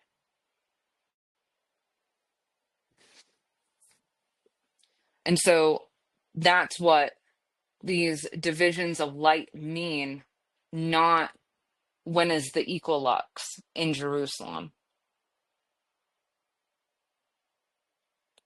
We got to think outside of the box, because Enoch was taken outside of the box. Okay, so I have some screenshots here of those months in the stars, and maybe I could have reordered that a little bit better. But just to give a visual of how the wheel of stars turns, in the sky throughout the year. On the first month after the sun has set in the west, we will see Aries as the first constellation. And then month 2, we see Taurus. And so I labeled these here with the names that were given in the Dead Sea Scrolls, that the remnant of the Zadok priests put in there. They didn't have the modern terms Aries and Taurus and Gemini. But that's what we all know it by. So I like to say both names there. So we have months 1 through 4, months 5 through 8. And they're all, it's kind of funny, we see Venus in a few of these too. But they're all above the horizon, an hour after the sun sets. These are our months in the stars. Months 9 through 12. And you are welcome to screenshot these and study it more if you'd like. And so when we think about star time, the firmament rotates in its own time. The stars complete a full circuit in its own time. And so a sidereal day, the time it takes for the stars to return to the same position, is slightly shorter than a solar day. It's about 23 hours, 56 minutes, and 4 seconds. Over 365 sidereal rotations, the stars complete a total of 364 24-hour days. And so that's just in the math of it. When we take the 23 hours, 56 minutes, and 4 seconds, and we times that by 365, but then divide it by 24 hours, that equals 364 perfectly. This difference shows why the solar year and the stellar cycles do not perfectly align on their own. The head of days, or the equinox, serves as a fixed, appointed marker that reconciles these cycles, ensuring that the sun, moon, and stars all move in harmony, and that the year remains ordered according to Yahuah's design. The stars testify to the passing of time, but the head of days, the equinox, anchors the structure of the year. And so we need that equinox day in order for this star time to equal out to that 364 days exactly as well. It brings them all back in sync together in order to then the next day be set forward from Yahuah's chamber onto the curve of time, or their service unto men, together as the timekeepers in the sky. Yah's luminary calendar is a testament to his perfect design. The sun, moon, and stars move in precise, ordered cycles, each fulfilling its appointed role as a witness to his timing. Taken together with the testimony of Scripture, the Book of Enoch, the Book of Jubilees, and the Dead Sea Scrolls, these luminaries form his eternal timepiece, dividing days and seasons according to his wisdom. By observing and aligning with this calendar, we see his order, his faithfulness, and the intentional rhythm of creation woven into the very fabric of time itself. We must remember Isaiah 59, "For my thoughts are not your thoughts, neither are your ways my ways, saith Yahuah. For as the heavens are higher than the earth, so are my ways higher than your ways, and my thoughts than your thoughts." Thank you guys. Thank you, sister. Very well Yes, done. thank you. Thank you, Marissa.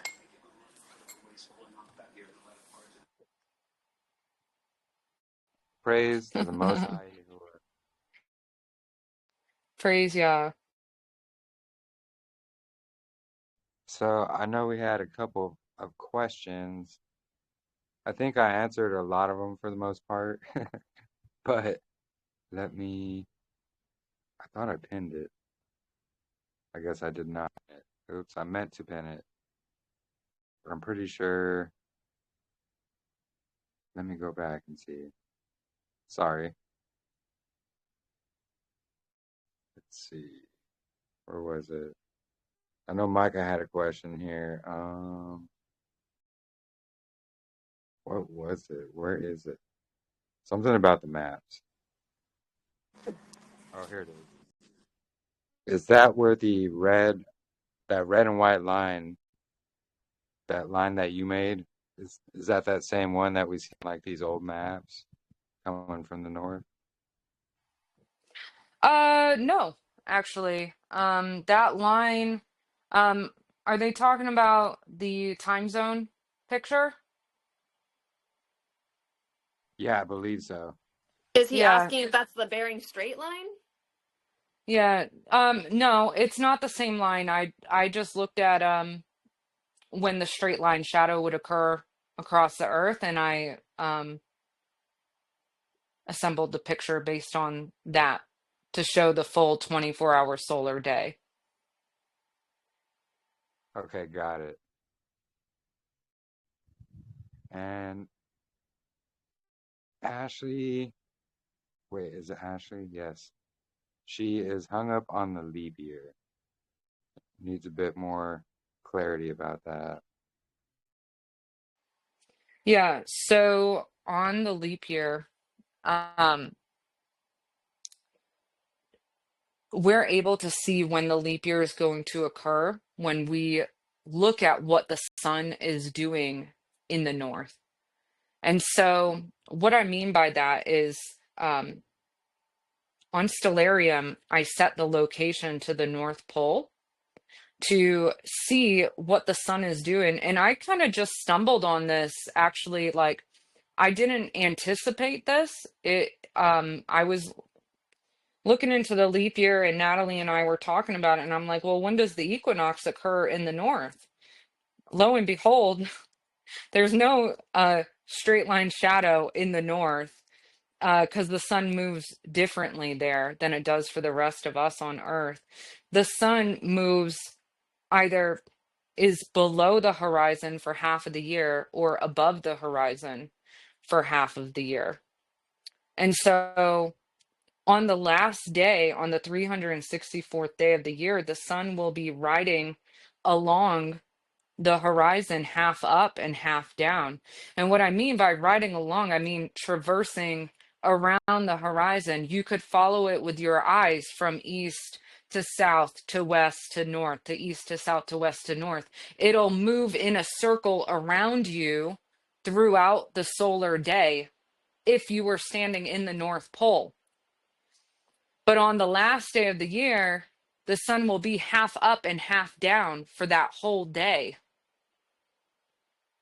traversing along the horizon in a circle. And on the leap years, it will do that 2 days in a row. And that's how we can know when Yahuwah's leap year is, as opposed to man's determination of when to insert the leap years on the Gregorian calendar. And so the equinox will occur on the day that the sun has traversed northward or is completely above the horizon. The entire orb of the sun will be above the horizon in the North Pole, traversing along it on the day of the equinox, which is the straight line shadow for us when the sun rises directly 90 degrees east and sets directly 270 degrees west.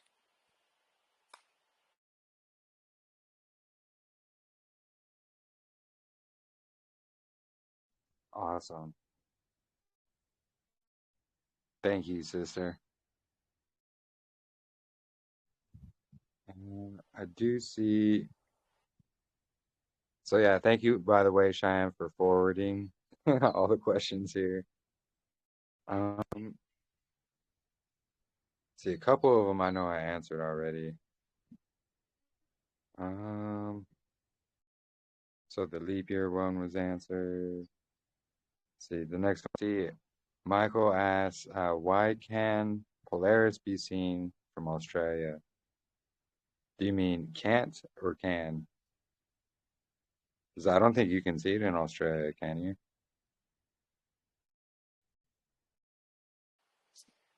I don't know. That's a question for Jermaine. Jermaine, can you see Polaris in Australia? Yeah, Lachlan and yeah, they both actually. Lachlan and Jermaine just both said no, you can't. I would speculate because of the angle. Like they're so far from the center of the earth that it puts the firmament like they're visually seeing it at an angle to where then Polaris is not visible. And that's why that solar analemma will be at an angle too. Yeah, and to add to that, I believe it's because of the shape of the firmament as well. I actually have a video on my YouTube showing visually, ask Google, showing visually how that works. No, I wouldn't recommend asking Google. But actually, let me grab it. It's called How the Firmament Works, and I'll share it in the chat. But I walk through how exactly the firmament works.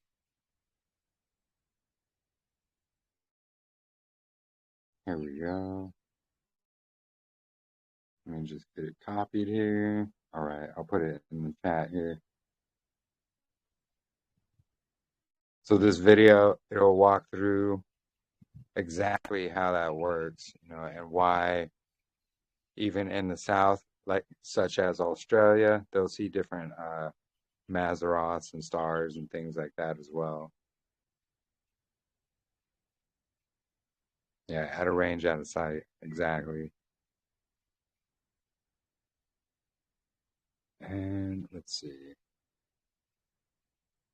Let me go back to these questions. Yeah, I was scrolling through just to see. No, Ashley, the straight line does not occur on the fourth day. The straight line is evidence of the chamber day. As we read in Psalm 19, the sun being set forth from its chamber. So day 4 of the week, day 1, month 1, is the beginning of the sun's service unto men, or the curve of time. And the day before it, which is the straight line day or the great sign, that reflects the nature of Yah, which is that pivot joint or the imaginary number, all the different analogies I gave. That is a set apart day because Yahuah is set apart. And from him, everything is set forward and then everything returns to him.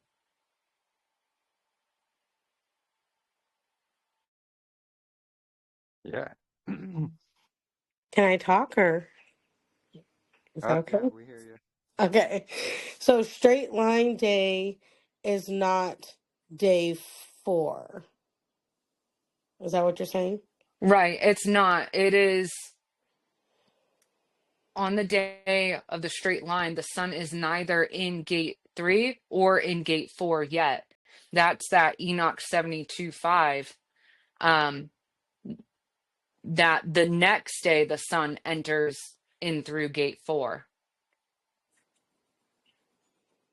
Okay. So you're saying that's just the dividing line. Yes. Gotcha.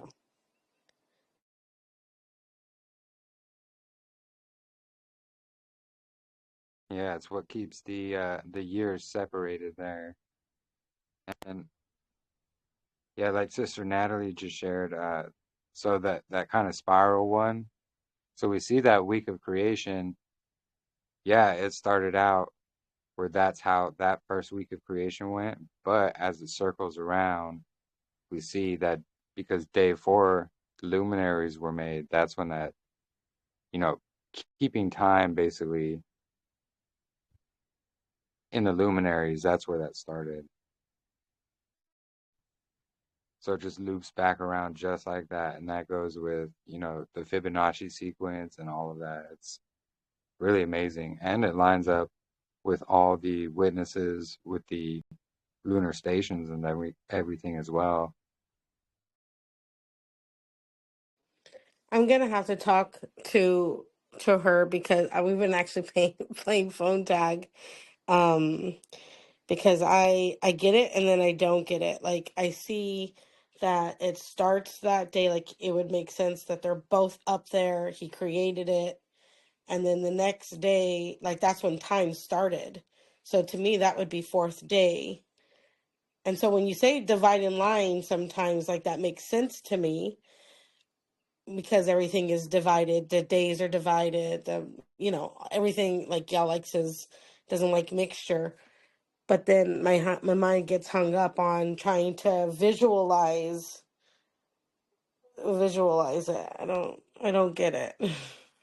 And especially with this leap year thrown in, like I see that I do see Enoch where there's an excess of the stars, but then like if I'm not in the north to see that the sun is going up and down all around me, right? And I'm in Africa or I'm somewhere else and I don't have a fancy Scalarium thing, or app, how am I going to know that this is going to be a leap year? Because the straight line shadow won't come in on the day you're going to expect it. Mm. So the straight line shadow isn't going to come in on the 20th this year. It's going to come in on the 21st. No, it's going to come in the 20th. So the 364th day is the 18th. And so on the 19th, we're not going to see the straight line because it's a leap year. It'll come in on the 20th. And so like if we say Yahuah teach us to number our days, we've numbered them all the way to 364. We have the moon as the witness. It's in front of the correct lunar station and everything. The next day, we're going to expect to see that straight line shadow, but on the leap year, it won't be there. And so, but we know we can't begin our following year until the day after that straight line shadow. And so on the 20th, we'll see that and then begin our year on the 21st. Okay, It would thank be you. something that you're tracking. Gotcha.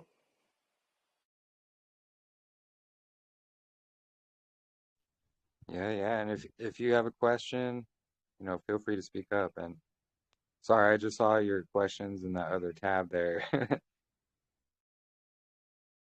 But let's see.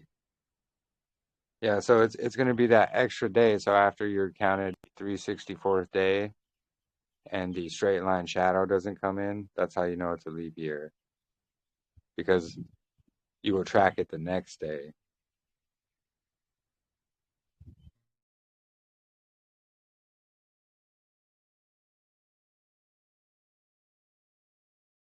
Yeah, it'd be cool to track it down there in Australia.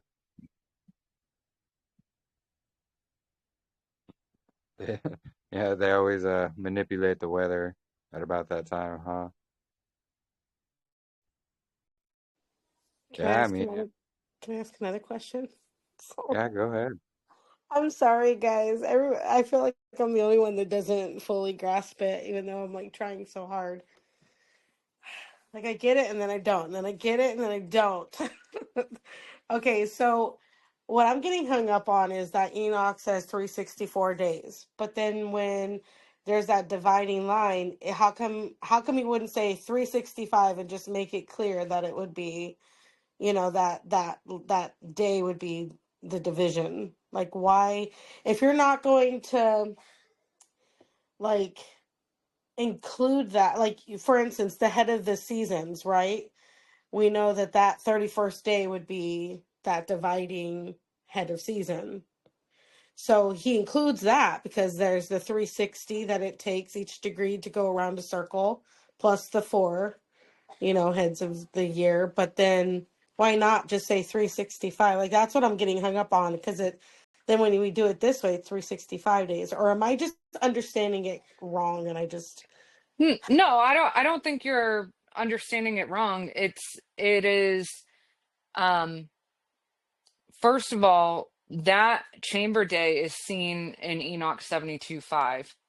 And so we're told to number 364 days, and in which case being told not to number that one that's found in verse 5, because 364 is 52 cycles of 7, and Jubilees tells us 52 Sabbaths of days. And so that is the luminary service unto men, is the 364 days. But that extra day in the solar cycle is set apart unto Yahuah. There's like that reset point, if you will. Again, it's like the imaginary number, or the pivot point in the pattern for the luminaries. And so, like, another example I thought of the one time, have you ever gone to an event, say like a concert or a theater, and they have like areas roped off? They have like walkways roped off. The ropes have a pole that they come out from and then connect into the other. And so with that visual, that pole is the chamber day, if you will. And so I thought about this in considering all the language that's in Enoch about, like, they talk about the stars like they're an army, almost like they're there's divisions to the army, if you will. We have the leaders and everything, the star leaders. And so if we think about this visual of the pole with the rope that's coming out of it, that first part of the rope that you pull out is that spring intercalary day. It's like it's going backwards almost. So like 364 gets pulled out first towards the next pole, if you will, in that roped off section. But the year is the rope from pole to pole. And then the chamber day, or the divider day, or the head of days, whatever you call it, the equinox, is the pole itself that everything is set forth from and then returns into in order to start again.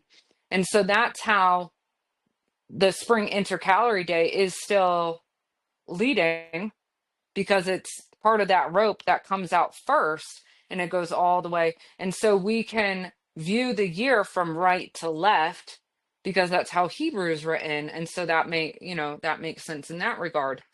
Same with like the sun's daily solar circuit. It goes from right to left, like in that visual. And so we have to have that pole there between the ropes, essentially. We have to have the pivot joint in the patterns for them to move forward and not replicate on top of themselves. They have to be linear and move forward. You're I not don't know going to if that believe helps. this. You're not going to believe this, but that totally helped. So, thank you. Okay.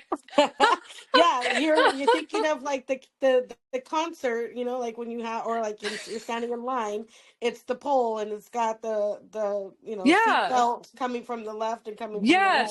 right. It acts as the lighting. That's awesome. Thank you. You spoke my I'm language. like, Ashley, I'm like explaining this to you, and I'm like, man, I don't know if I sound No, crazy right and you now. actually are. This is why I kept on trying to call you. I'm sorry, guys, but this is why, because I'm like, I don't get it. I want to get it, You're fine. and I was doing this whole, for a couple of months in a leap of faith because it makes sense, but then it doesn't. It makes sense, and so Yeah. now I totally, yeah, I'm Yeah, getting like it there. has to be there, you know? Yes, I agree. Thank you. Yeah, and then in that visual, you can see how Yahuah is sonistamai. He's the glue. By him, all things Beautiful. consist. Love it. Yeah, Thank Okay, you. Marissa, can't you also say, in my mind, I'm just trying to simplify this, okay? sure. Um, that the equinox is the day out of time and the next day is the fourth day of the week. Yes. Yep. Okay. Okay, you could put that little zero up on top of that with the vertical line in it, Yep. and it would be like the Greek letter theta. Yes. Yep. That's much easier for me.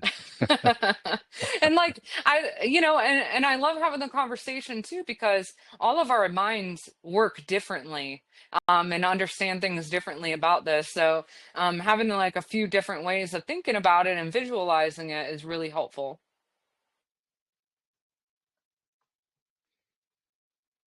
Agree. Well, And that thank was you, a, Marissa. It's just a wonderful presentation. I agree, for sure. And I like that rope example, actually. It kind of fits with the menorah because, not only could those ropes represent a full year, and then that divider day is the pole, but it can also represent the weekly Shabbat right there too. Like the pole can be the seventh day, the middle is that straight line shadow, like the menorah. Then the other one is the other Shabbat day. Kind of works in both aspects. It's pretty cool. Yeah. And yes, all praise to the Most High Yahuwah. Absolutely. And really, a lot of people, what they don't understand is that importance of the North and how it is divided into those three sections. And we see that, walking through scriptures, including Enoch and Jubilees, we see Mount Zion is right there in the north. That's also where the city is, New Jerusalem. Also the Garden of Eden. Yep. And I was just looking in this Q&A tab. Ashley said if you're not in the north and you don't have the fancy gadgets, how would somebody know? Um, well, that's the beauty in the great sign or the straight line shadow is you could literally track that with a stick and rocks. Yeah, it's really that simple, honestly. It's sticking some rocks.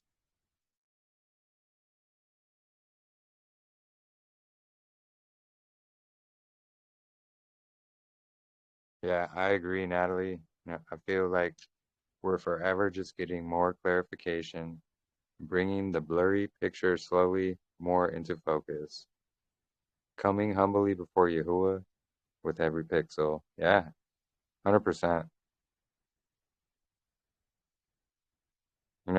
That's really the Barakoth about coming together, seeking his truth, searching it out, is that we all have a different piece of this puzzle. So the more we're able to come together, the more we're able to figure out, also helping each other out as well. You're a poet, don't even know it. Yeah. But yeah, no, it's truly such a Barakoth, a blessing, and just figuring all this out. And we still get confirmations, all of these things. We don't have like everything 100%, But we have it down. We have these parameters, and the witnesses are all, or sorry, the luminaries are the witnesses to all of this as well. Yeah, and then in this tab, Lisa said, "How do I know which is the front or the behind of the moon? Look left or right?" Um, that's not a silly question. I just mean that the moon will be in front of a constellation, so you can see the stars that are behind the moon. Essentially, it's not about like what is the front or the back of the moon, but just the constellations that are behind it in the sky. Yeah, that's what I was trying to think. Like if I go outside and I look up at the moon, and that's what I'm saying, I'm looking to the left or to the right to see what constellation it is, or is it directly behind it? It's behind it. It's And behind so it. so yeah, and so that was the one. I think I had the visual, Hmm. yeah, with the lunar stations, yeah, and then you could see the moon was like next to the constellation Leo or something. That's what I mean.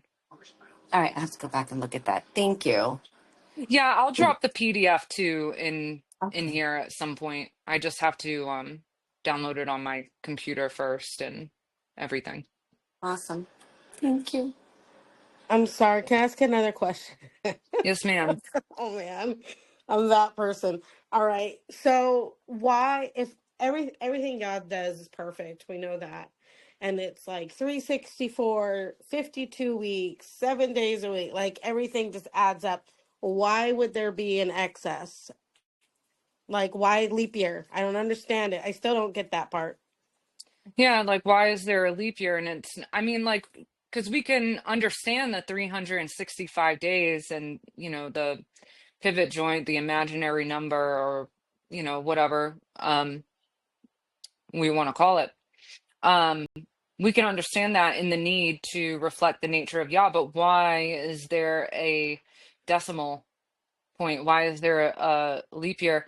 Um, I do think that it has something to do with the mathematics and would probably require like an engineering degree to I understand like the full uh the so full what math on that. what you're saying is like, okay, yeah, it's easy to understand that like Yahuwah is in his own Hmm. right. He's outside of time and space. He's, I get Yeah. that. But do you think, you were talking about something about, Yahusha. It was like a little slide that you had put up and you said somebody had said that he thinks that it Yeah, might be yeah. Yahusha. Do you think that that has, well, we know, well, I believe Yahusha is Yahuwah, and obviously like we're supposed to be like mini Yahushas, right? We are inheritors, we're sons, right? We're the heirs. Do you think that that Right. has to do with perhaps that scripture where it says if it were not for like Yahuwah, I'm paraphrasing, but kind of like speeding up the time, no man would be alive. You know that scripture? I can't remember where it was. Do you know, Jeremy, what I'm talking about? Yeah, I believe it's in Revelation, but talking about speeding up the time. Yeah. Yeah, I wonder if that's like the leap year, It's like, okay, let's speed it up a little bit. Like, I don't know. Just something, just a thought. Yeah. Well, Go ahead, Jeremy. Take a stab at it. really quick, I was just gonna say, we see Enoch writing about it, and I agree with Marissa. It's has to do with some mathematical equation that's going on there, because we do know Yahuwah works with numbers.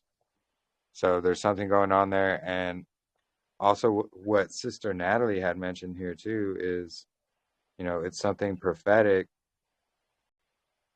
because we usually think of, excess being negative or something that we shouldn't have. But it seems prophetic, especially with when Yahuwah came down and he tabernacled among us in our midst. And so, we're getting that excess Ruach and things like that as well. That's not a negative thing. So, I mean, we see Enoch, he just does a mathematical equation for it. Then it also lines up with, not only the analemma of the sun, but with all the lunar stations and everything else in between. You know, if we only did a 364-day only, we would slowly drift backwards through the seasons each year. And 20, 30 years down the line, you'll be observing, you know, first fruits in the wintertime. And you can't have first fruits of barley in the winter because it's not ripe at all then. So, you know, also I think that he says, you know, observe 364 only because we do experience this 365-day cycle of the solar cycle. So that's why he emphasizes like 364 only, do it this way. Yeah. I also wanted to share this with Ashley. Let's see, what chapter is this? Chapter Enoch 71. And I'll just read some of this to you guys, and maybe you'll hear what I'm hearing. So at the beginning it says, and he showed me all the secrets of the ends of the heaven and all the chambers of all the stars and all the luminaries whence they proceed before the face of the holy ones. That's verse 4. Verse 5, and he translated my spirit into the heaven of heavens, and I saw there as it were a structure built of crystals, and between those crystals tongues of living fire. And so it's talking about the angels and everything. And then it says down in verse 8, and Michael and Raphael and Gabriel and Phanuel and the holy angels who are above the heavens go in and out of that house. And this is what I'm talking about with the house and Yahuwah's abode of glory, or his throne. And they came forth from that house, and Michael and Gabriel and Raphael and Phanuel and many holy angels without number, and with them the head of days. And I find that so interesting because I think of like the 4 intercalary days, and then Yah's great sign is set apart day. So, and with them the head of days, his head white and pure as wool, and his raiment indescribable. And I fell on my face, and my whole body became relaxed, and my spirit was transfigured. And then I cried with a loud voice, with the spirit of power, and blessed and glorified and extolled. And these blessings which went forth out of my mouth were well pleasing before that head of days. And that head of days came with Michael and Gabriel, Raphael and Phanuel, thousands and 10,000s of angels without number. And he, the angel, came to me and greeted me with his, capital H, with his voice, and said unto me, this is the Son of Man, who is born unto righteousness, and righteousness abides over him, and the righteousness of the head of days forsakes him not.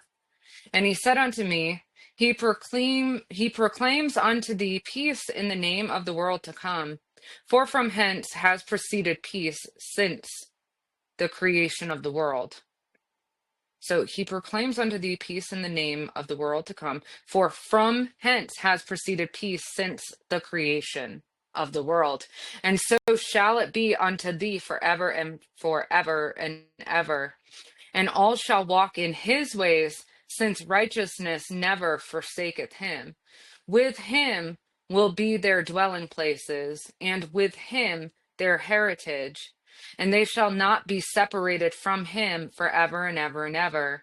And so there shall be length of days with that Son of Man. And the righteous shall have peace and an upright way in the name of the Lord of spirits forever and ever. So, did anybody catch that last sentence? Says, Forever and ever. no, and so there shall be length of days with that Son of Man. And so this had a lot to do with Dustin Hoffman's speculation on the leap year. The leap year. Yeah, being representative of Yahusha, Messiah. And I don't think it it is a separation of father and son, but rather shows them collectively together, that 1.24, 1.24, 1.24, and then after that 4 years, it adding up to that leap year day is symbolic of him, of his physical manifestation on earth, the son walking amongst his people. What verse was that again, sister? Verse 17.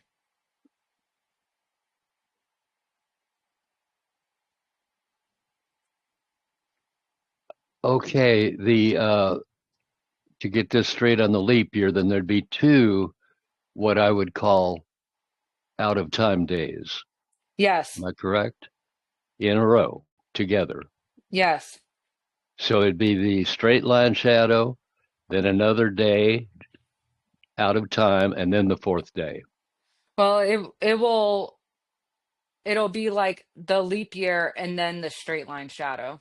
That's Oh, how one on that'll. each side. One on each side, then, right? No, it'll be like day 364 is March 18th, and then on a normal year, the next day you would see that straight line shadow, but on the leap year, it won't come in. It'll be like very slightly curved at solar noon. Um, so showing that that's not the straight line day. The next day will be it. So the first day will end up being the leap year day, and the second day is the head of days or the equinox, and then day one, month one. Yeah, Yeah. gotcha. Yep. But yes, they're side by side. Yep. Okay. That's why I have it like that in that cycle of years. And I know somebody shared that further up in the chat here.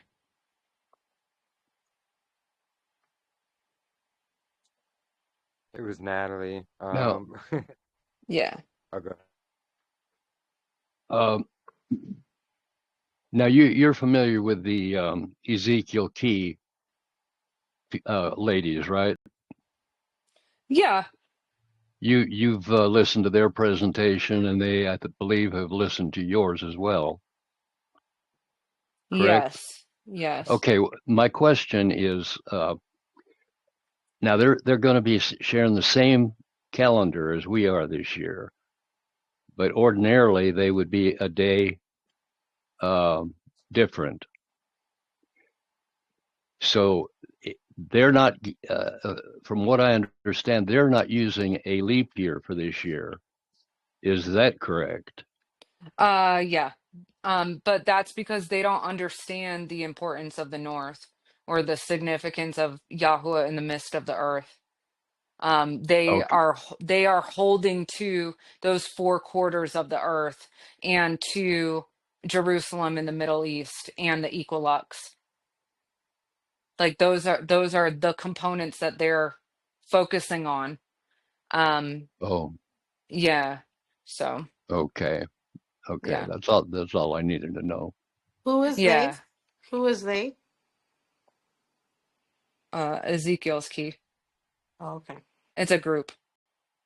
Yeah, it's another group, but so what they do is just like Marissa said, they only stick to those four quarters of the earth and the Jerusalem start. And they also do the day after the equinox. They just say the equinox is the last day of the year, and they put like we used to do, we'd have the divider day after the last Sabbath of the year. But according to the lunar stations, witnesses of the moon, and the importance of the north, we have changed our views here because scriptures has shown us. And the And nature of Yah. yeah, and it's the nature of Yahuah himself. Yeah. And That's not how we count though. We don't do 361, 0, 362. That would disturb the pattern of his four seasons by doing so, and so it wouldn't replicate his nature. And then the pattern can't turn. And Marissa, didn't you find in the Dead Sea Scrolls like the month 12 that showed 1 through 31, so you cannot break that cycle. Yeah, so in the zodiac scroll that I was talking about for the lunar stations, it shows the end of the year is intact. So there's a whole pattern for the lunar stations for all 364 days, and a preserved fragment shows the last week of the year where the pattern is consistent and stays intact from day 28 to day 31 of the 12th month. There is no skip day after the 28th day of the 12th month in that pattern. So all 1 through 364 days are intact. So we can't be going and inserting a void day because we like the concept of creation week being rehearsed every year. We have to align ourselves with Yah's nature. And he tells us number 1 through 364. Yeah, Yes. he already been there, done that. Yeah. And yeah, that does break up the 364. And which actually brings us into Jermaine's question, which was about that, because so that little the spiral graph that you shared there, let me see if I can find it here. Where was it? So it's the one with, oh, here it is. So this one, it's going to show, like, does show creation week because that's when that darkness was. But he created the luminaries on day 4 to keep track of everything, the calendar, the days, all of that. So that great sign is always going to happen. As you can see, as the spiral goes through, yes, it starts off creation week like that, the counting of days and everything, but then the actual keeping of the time, which is reported by the luminaries, didn't begin until day 4. So when it comes back around again, it's going to be right in between days 3 and 4 there. And that's how it continues on. Otherwise, it would just collapse in on itself. You wouldn't have a spiral then. Like the design or the pattern, if you try to do that, it will just collapse in on itself as well. And it just wouldn't fit the nature of Yahuah, which is the Fibonacci sequence, the golden ratio. Yep. It's the fingerprint of Yahuah himself. And we have to factor in the importance of the north to literally everything. It's the midst of the earth, the center, the navel of the earth, and it's very important. That's where the years begin and end, according to Enoch himself, in that portion of the north.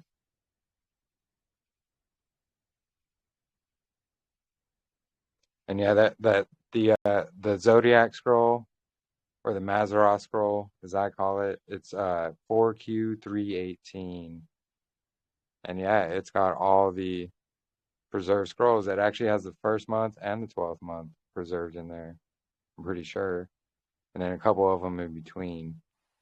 Yeah, Yeah, so it has the seasonal changes, like 6 to 7, and then yeah, 11 and 12. And so yeah, I reconstructed the pattern for that, and it's all the same year. But um the beauty is that we can see that that ending of the year is intact. yeah, exactly. So it's not divided there at all. And it is interesting because, until the leap year comes around, yeah, we will be on the same Sabbath day as, say, Ezekiel's key. But like this year, we're actually on the same Sabbath day as, Aaron Ryan and the ones who also stick with that divider day after the last Sabbath. But they start day 4 on the equinox. So it's really interesting because, they'll switch back and forth to, who we match Shabbats with. so to say. Right. Yeah, that's true. And that's the thing is, we're all so very close, and we can all work together to figure this out, but some are pretty stubborn and set in their ways. And, I'm sure we've all been that way. I know I have, but we have to also be willing to humble ourselves and just read what Scripture says, and especially important books like Enoch and Jubilees, which in my article or my last write-up I did, which is all about Yahuwah's luminary calendar, I walk through the importance of the North and all of that. I go through some basics as well, like, is citing the moon scriptural? No, it's not. But just I'll reply to it.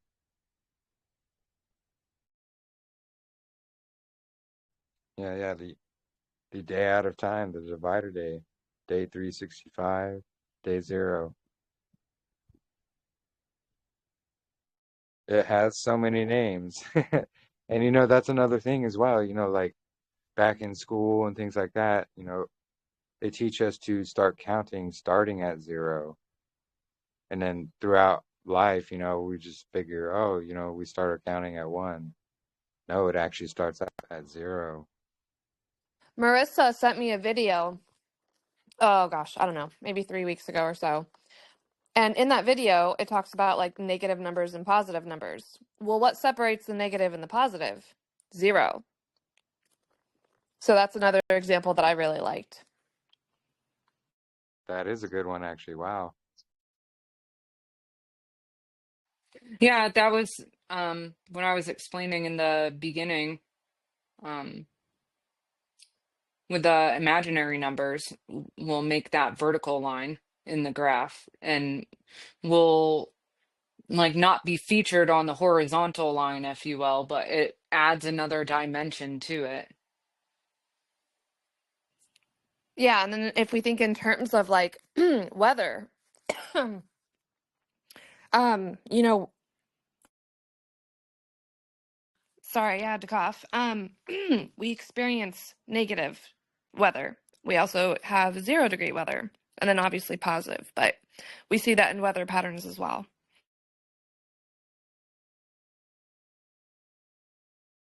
Yeah.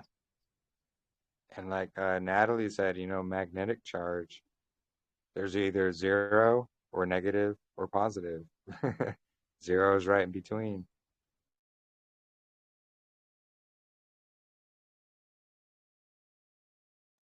But yeah, once you see just the importance of the North, its connection to the calendar, its connection to our very, realm that we live in, and even to the time of deception that we're in, it all connects together. And you got choked up. Yeah, no, but it's truly such a blessing, and it all coincides with each other. It all works together simultaneously. Like, if you're missing one part, you're not going to get the rest. And, we were missing the part about the moon for the longest time. We didn't know exactly how it worked. And, all praise to the Most High Yahuwah. He put it on Sister Marissa to look at the moon from like every angle for what, over a year? Like lots of time. And that Yah didn't give her any peace over it because he knew she would eventually be like, ah ha ha ha. Right? You guys are funny. Yeah, it just goes to show, we all have a different piece of that puzzle. And, my piece here, especially to the calendar, is knowing so much about the true history and the Dead Sea Scrolls themselves, not to mention knowing scripture as well. And that's all of our foundation, of course. But Marissa's specialty is like the luminaries. So it's just so amazing and just proof we all do have a different piece of that much bigger piece or puzzle. When we all come together, they all start fitting together. Yeah, totally agree.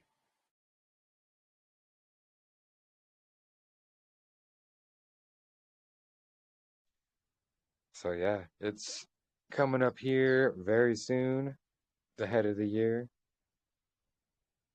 It'll be our last Shabbat gathering of this year until next year.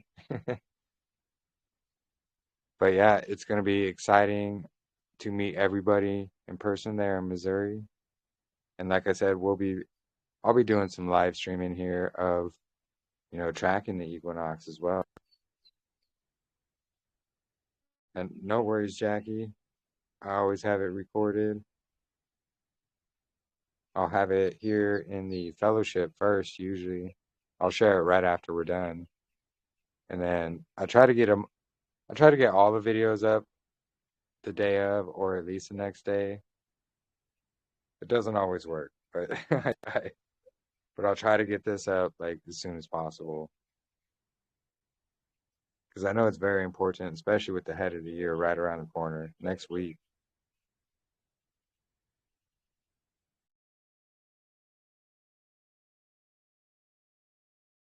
And yeah, if anybody else has any more questions or, anything they would like to add, please feel free.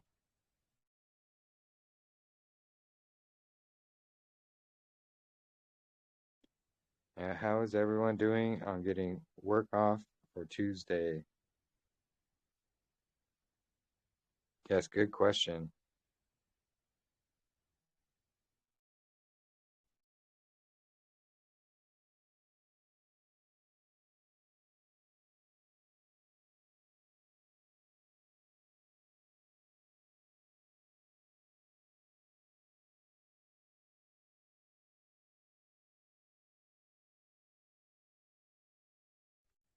I've been definitely praying for all those.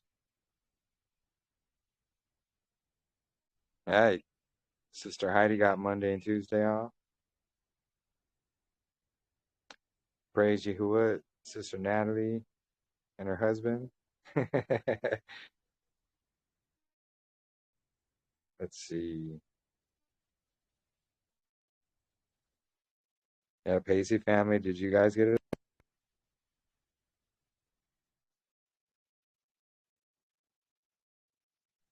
Yeah, definitely.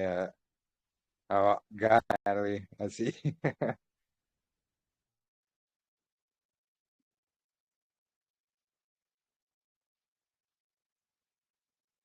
Yeah, definitely praying for you, Sister Lisa. I know it's tough.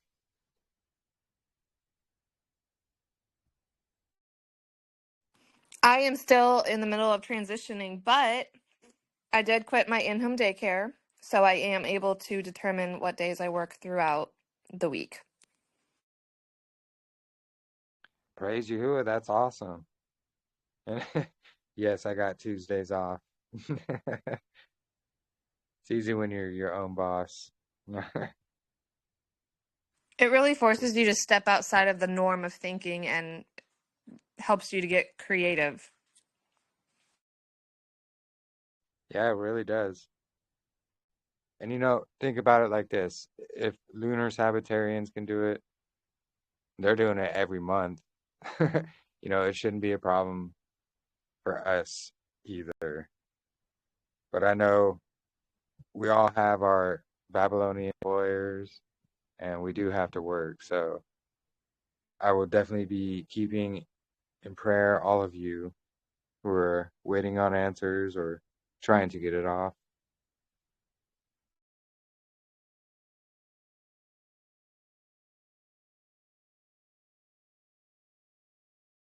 Yeah, especially if there's a set schedule or if it's just like a Monday through Friday type job.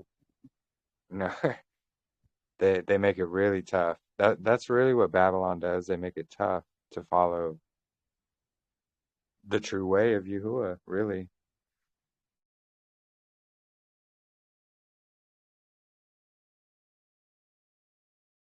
Oh, Jermaine had twin baby goats born. Awesome.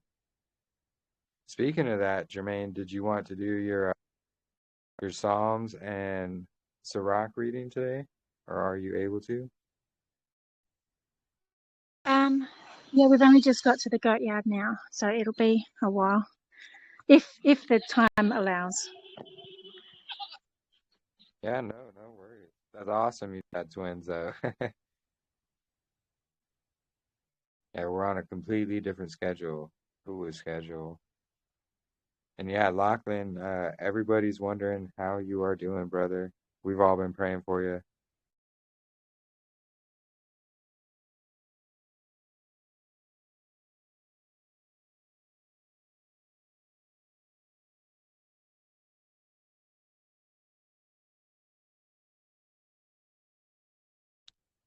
Definitely been praying for you, brother Lachlan.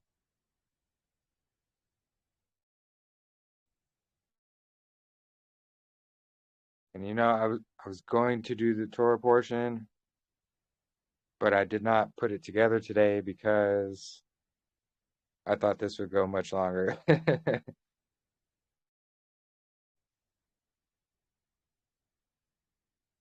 So we'll do that next week.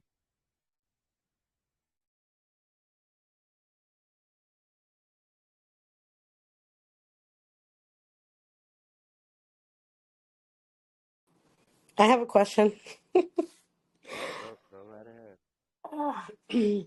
So I'm studying atonement, Day of Atonement.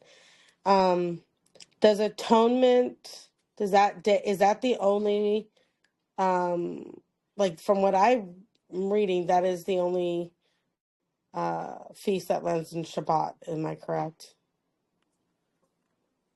You mean Day of Atonement? I don't know. Day of Atonement, The Day of yes. Atonement. Yeah, it is. It's a Sabbath rest day, just like all the other Moedim are. There's actually something really interesting I found out about the Day of Atonement because a lot of people, they will say it's like a full fast, others say it's a full feast. But if we read through scriptures, you know, I found that it isn't a full fast or it's not a full feast. It's actually you just eat unleavened bread on that day. And I was actually going to go over a write-up I did on that, walking it through scriptures and proving it out through scriptures. And it has to do with in Leviticus 16. So the sin offerings and things like that, which are usually eaten by the priests, for the Day of Atonement, it's commanded that they're not eaten and that they're all taken outside the camp and fully burned.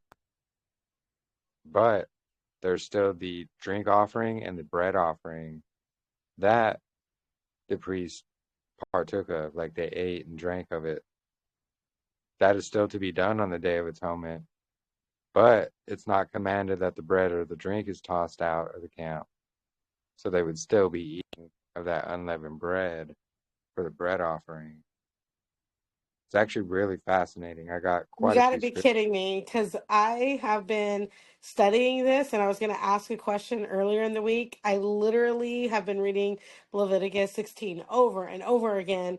And I don't know, like just going back to I guess my question, I know this doesn't pertain to, maybe I should wait. Maybe I should wait on asking this, but maybe I'll ask it in another section. I'm nervous.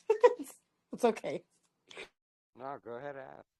Okay, okay. So, we see like the ram there, right? Or not the ram. I'm sorry, help me out here. The ram, right? The lamb, No, the the ram. lamb, The, ram. the, Yeah, yeah, yeah. yeah. The ram, the goat, and the bull. And I'm like, that has to signify, obviously since he fulfilled everything, right? He's all of that. He's the head. And so I was thinking, okay, I know I see the ram there, right? He's the slaughtered, right? The perfect sacrifice. But the goat, right, represents he. There was two of them. One that would be slaughtered at that point, and then or sacrificed at that point, and then one that was the scapegoat that would be given to, Azazel or whatever the name is there, which I was studying on. Very interesting, but we'll talk about that another time. But it led me to Matthew 27, where it was talking about when, what is his name? Pontius Pilate washed his hands, and, they were asking, like, he was like trying to, say, like, are you sure this is the guy that you want this guy let go?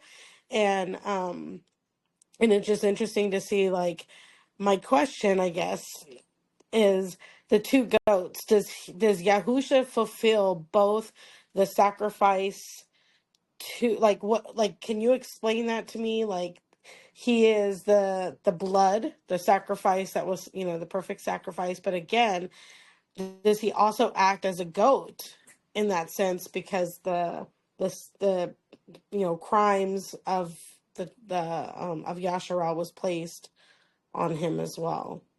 How would you explain that? That's an interesting question. So I wouldn't necessarily say Messiah is a goat because he's the lamb, the ram, which is a male lamb actually.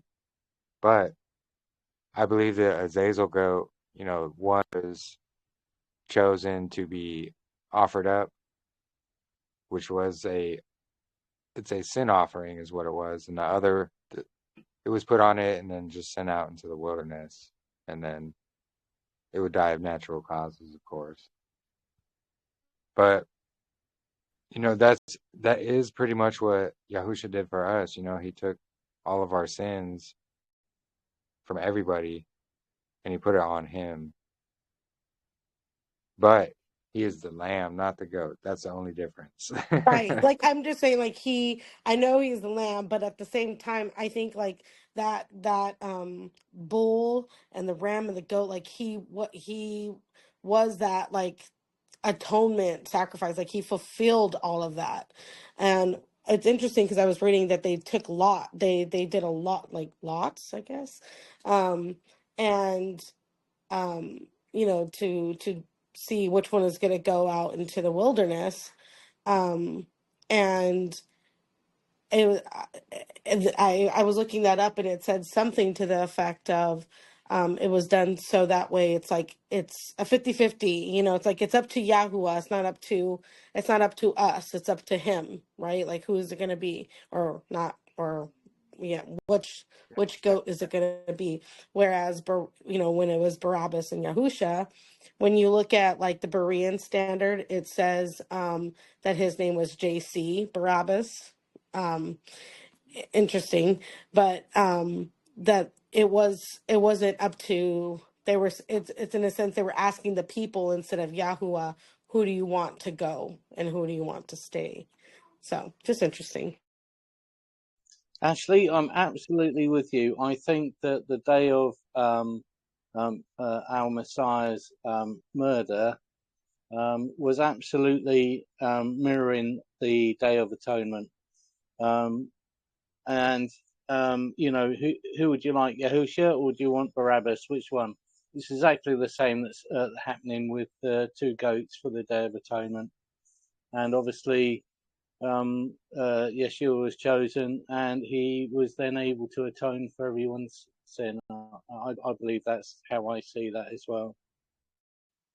Yeah, what's beautiful is, like, there's a scripture, totally paraphrasing it, don't know where it is, but it says if they would have known that they would have never crucified him had they had known that's what was going to end up. So, the devil and his demons, that's what they were conjuring up, but he had something better up his sleeve, as always. But yeah, because I was thinking, like, when I first came in to be, like, Torah abiding, I was like, oh yeah, people were saying, yeah, he fulfilled the first harvest, like the first harvest is done, the Passover, all that stuff. And I'm like, well, he said he came to fulfill all of it, and he is the Word made flesh, so he's got to fulfill all of it. So you have to see the trumpets, the atonement, the day of atonement, the tabernacles, as already fulfilled. Because if you think about it, I don't know, many of you may be thinking that the millennial reign has already happened. I know I do. So he would have been coming in on the clouds. That would have been the first, there was that first resurrection. Blessed is he who shares in that first resurrection. And, Josephus even says he saw, there were accounts of witnesses saying that they saw men coming in on the clouds. And then there was also, that atonement. So like there would have been that trumpet, the atonement. And then, he is Yah with us. He is Yahuah with us even now. So we are ruling and reigning with him in every sense, so just interesting. Yeah, and to carry on from that, Ashley, I think you find that the 40 years after Yeshua was murdered, when they would hang a crimson cord on was it the tent of the meeting or the temple somewhere, and then in the morning they would go to see that it's turned white and their sins were forgiven. For 40 years, that crimson cord never changed. It remained red for 40 years. And when you look at the statistics for that happening, it's absolutely phenomenal. It's like, 300 million to one sort of thing. So there's certainly something going on in that 40-year period before his return. And that cord not changing its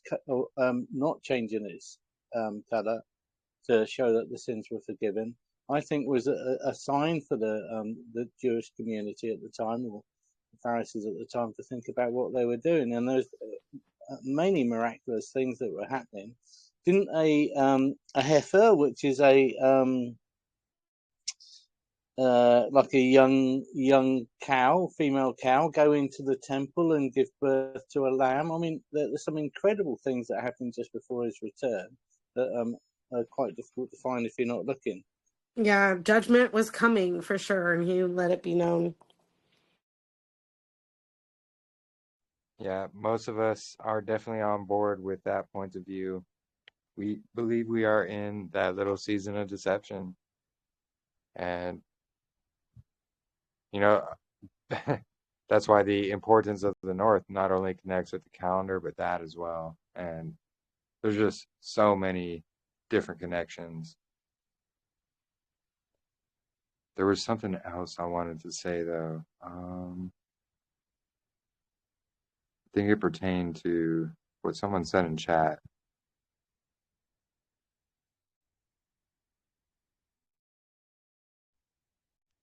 It'll come back to me. Apologies. Oh, yeah, that's what it was. So the scapegoats, there was two. And I didn't think about it from that point of view, like one representing Barnabas, the other representing Yahusha, or Barabbas, sorry, not Barnabas. The other representing Yahusha. I didn't think about that before. That's a pretty interesting point of view. Yeah, and his name is like Bar Abbas, like meaning son in Aramaic. I think it's Aramaic. It means like son of a father. So it's like a play on words. And if you look at the Berean standard, there's a footnote, like a letter B, and it says JC Barabbas. Yeah, very interesting. And But so yeah, it would just reminded me of like, kind of the son of the father and like being JC, right? That's what I just think that is what has caused so much.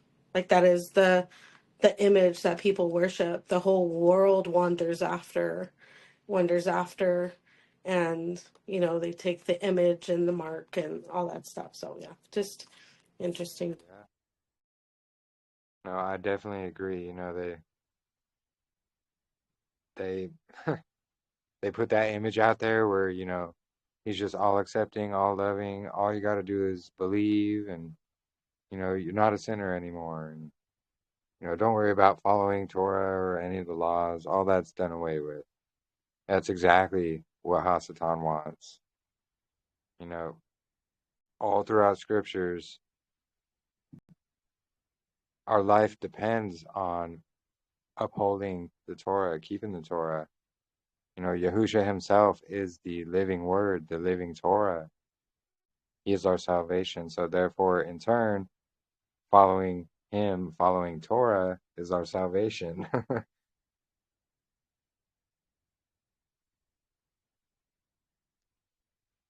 Yep. Do you got any questions, Sister Cheyenne? I'll help you out, sister.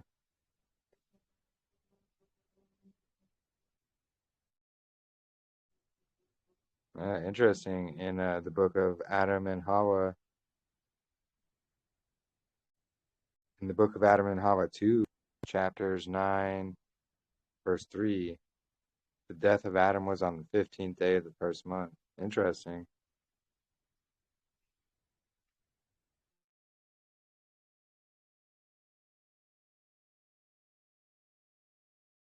Yeah, very true. We're always going to be ahead or behind someone else. That's why we all need each other, truly. That's where our brother's keeper or our sister's keeper comes in play. Yeah, absolutely. And yeah, the book of the Nazarene, really good. That's why I want to include it in our midweek midrash reading while we're going through the Hebrew Gospels.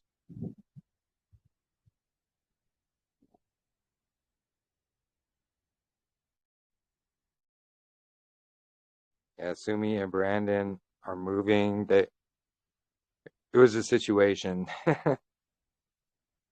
So basically an emergency situation for them. So been praying for them.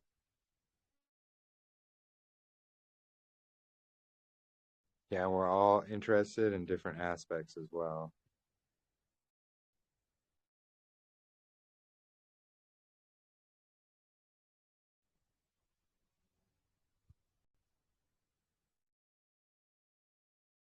Yeah, I recall that verse, Sister Natalie. Book of Nazarene, chapter 12, verse 31. Yahusha said, "This is the manner whereby you will teach the people, but do this according to their understanding. In one place you will tell a parable in a certain manner, and in another place you will tell it differently, making sure the message never varies. The design inscribed on the outside of a picture makes it attractive to some, but not to others. This is unimportant, for it does not affect the contents." Yeah, that's a good one. I will definitely be keeping an eye out and prayer for you, Sister Ashley.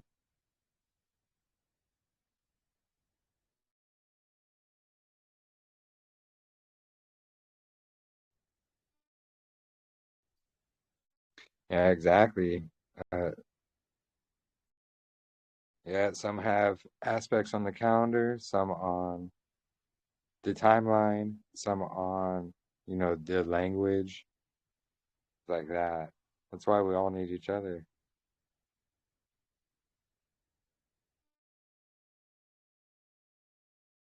Yep, 144. Very important number as well. And I think it has something to do with pi or something like that. Did you just say pie? Yeah, like not pie as in the pie you eat, but No, I know. Pie is in yeah, the equation pie. Yeah. yeah, Yesterday was National Pie Day. I don't know if you knew really. that. Yeah. Yeah.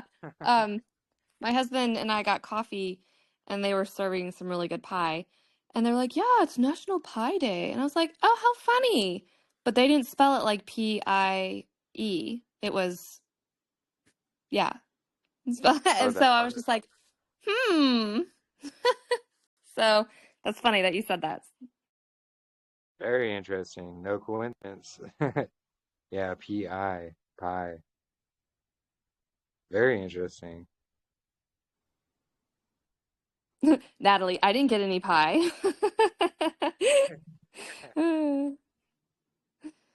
Yeah, 314, 14.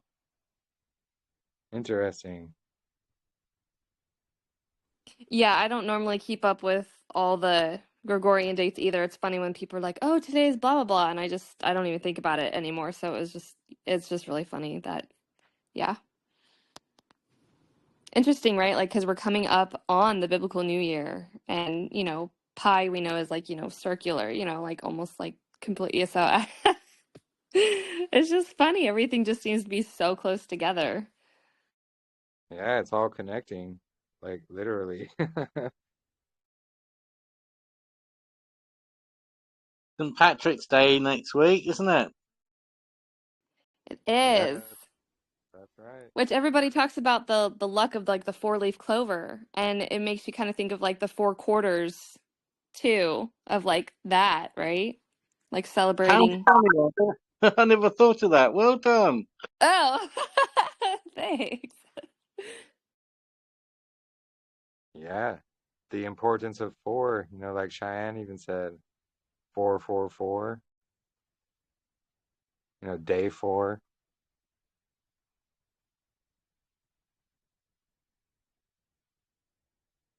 Your job's doing a whole thing for 17th. Yeah, something about Saint Patrick, which I've been actually wanting to go more into. I will say, like, back when I followed Parable of the Vineyard, he actually did a study on Saint Patrick, and actually it turns out that maybe Saint Patrick wasn't like in Catholic terms, like as they venerate him as a saint, but um he was actually he denied what the Catholics were trying to do. Um like I said, Adam came up with a study, and it was really well done. I might have to go back and rewatch it, but Saint Patrick isn't who the Catholic Church deems him as. He was actually very holy in the terms of the true way. Yeah, mentioned something about him being a Sabbath keeper, and of course following Yah's law and keeping the feasts. Awesome. You suppose he might have been Joseph of Arimathea? Saint Patrick? Yeah. I I don't think so. Again, kind of getting in terms of like the millennial reign and the possible season that we're in right now, I would say he's more way after that. Um, but I mean that's just my opinion. I have not confirmed that, or no, neither can I deny it. But Well, I can't confirm it or deny it either. Just a question. yeah, no, it's something that I'd like to look into. So Yeah, definitely an interesting topic. And yeah, especially that video that you shared with me, Miranda. Very interesting stuff. I shared it here in the chat earlier. yeah, I think I saw Ken talking about it as well. And so I thought that was cool that we were all kind of like on that same like wavelength this morning. Yeah, no, really. Yeah, read the Book of Britain. Yeah. I think Ken had mentioned that a while ago, and I had read it, and it's really fascinating, actually.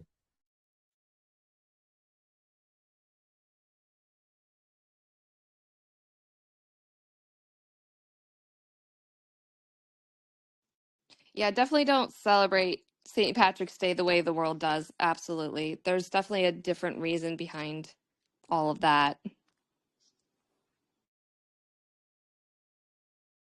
Yeah, exactly. The world does it because it is a pagan holiday, is what it is.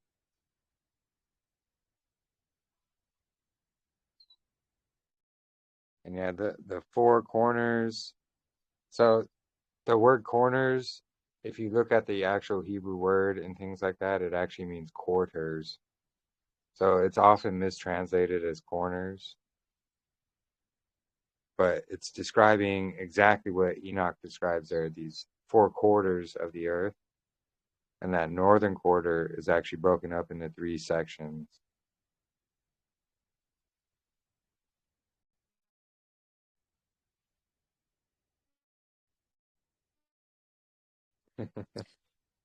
On a note of clovers, I think clover tea is like supposed to be really good for you though.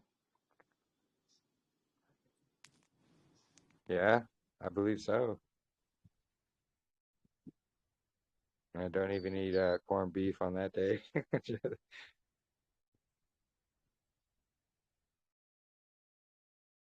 And yeah, so they like to often mistranslate words into the English to throw us off. You know, just like how they mistranslate Chodesh into new moon when it has nothing at all to do with the moon. And it's just to throw people off and, you know, perpetuate that, you know, Pharisaic lunar calendar.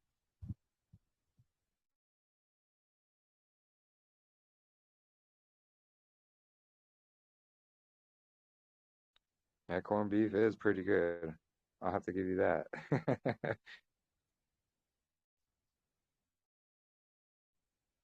Yeah, and you know, Yahuah made medicine of the earth, and those who abhor them are unwise. That's in Sirach, Ecclesiasticus. You know, there was Noah's Book of Herbs, which is in the Book of Enoch, spoken about in there.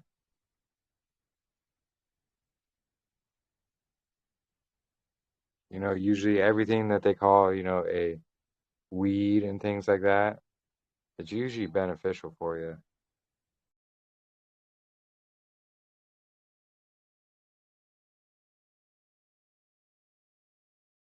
The Pesach lamb. Yeah, and that's coming up soon as well. And speaking of that, I am making tabs for all the Moedim, and I'm gathering all the verses I can and putting them together. That way we can go over each one as each Moedim comes up. Well, since we were talking about the book of the Nazarene, it goes over a little bit about the Passover there, and I liked how in the book of the Nazarene it talks about Pilate, and he was talking to the Pharisees, and he was telling them that, you know, that they put on this, you know, guise of holiness, and yet they couldn't even agree when to celebrate certain holy days on. And I thought it was really interesting that even back then, you know, they still argued and had arguments about the same thing that we're kind of dealing with now. Yeah, exactly. It mentions that a couple times, I believe. Yeah, in the book of the Nazarene.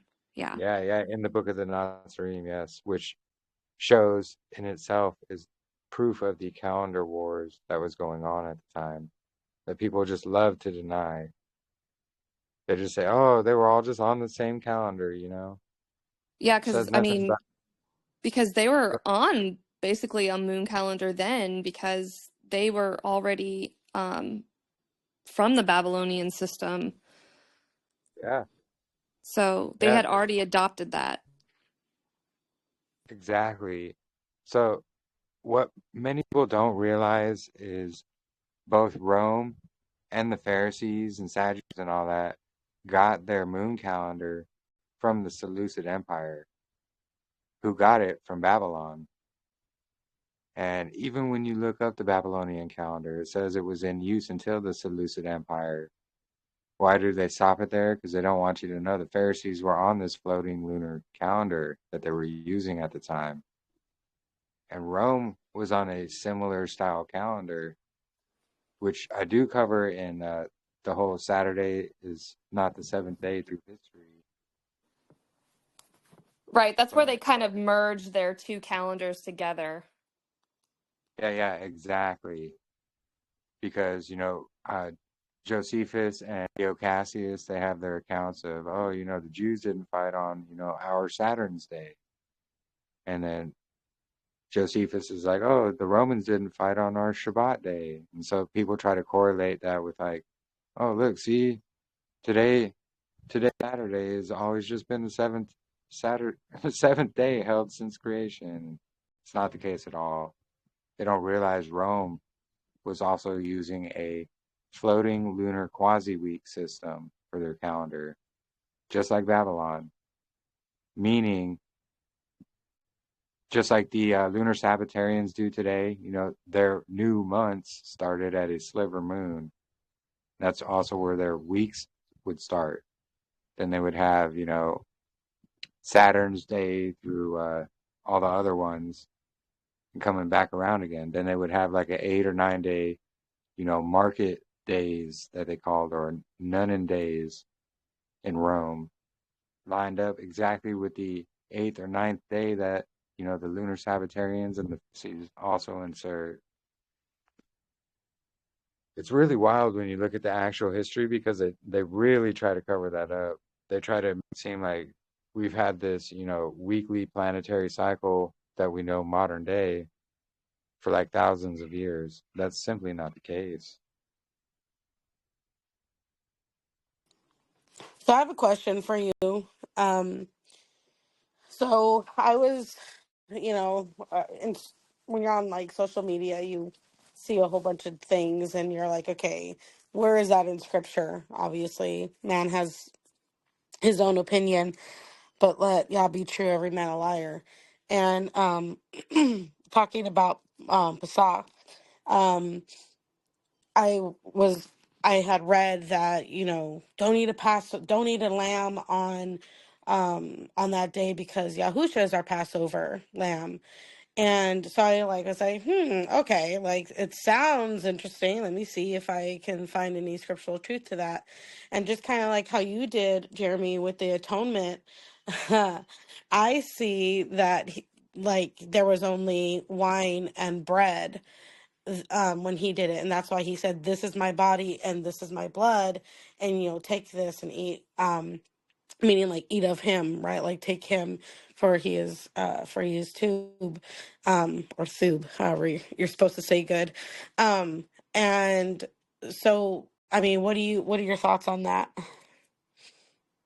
So I actually did a write-up on this last year, and I walked through the scriptures showing he is like our Passover lamb by his blood covering us. That's the only similarity. He's not the Passover lamb. He's actually the Asham offering. And if you read through all four, Mark, Luke, Matthew, and John, they all ask Messiah, where should we prepare the lamb for the Pesach meal that we're having? And then later on it goes Nice. to the upper room and things like that. So they did absolutely eat the lamb, but the focus was on the bread and the wine, because the bread represented, the bread of the word. He is the word, and the wine represented his blood. That's why they focus on just that, not the rest of the meal, like the lamb and things like that, because that's still a command to do. It's in the commandments for Passover and specific ways to cook it. So, I know it's a big debate here and there. What I see through scriptures That ends is, the debate right there. I mean, I can see it. Now you just said that, it's like it, it makes sense. and let me get, What what was Yeshua dipping his bread into when he was accusing Judas or instructing Judas to leave? It had to be broth of some sort, and that would be from the lamb. Another good one. Yeah, but we have to remember he didn't die on Passover though. He died on the first day of unleavened bread, which would have been kept as like a seventh day Shabbat, except outside of the seventh day, but like a high Sabbath. Yeah. it's also the same day Abraham went to go offer up Isaac. It was the 15th of that first month. Yes.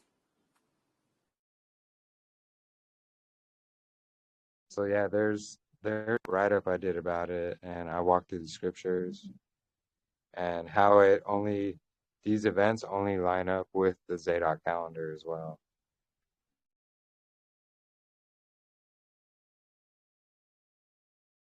And that's a misconception too. You know, people think he is the Passover lamb as an offering. Well, the Passover is never in scriptures shown as any kind of offering. It was just a meal to have with the Father. That's what it is. It wasn't offered up. It wasn't an atonement for sin or anything like that. The one that was offered up is a male lamb for the atonement of sin is Is the, on atonement. well, no, it's called the Asham offering actually, and it's specifically a male lamb or a ram, and it's offered up for atonement of sin.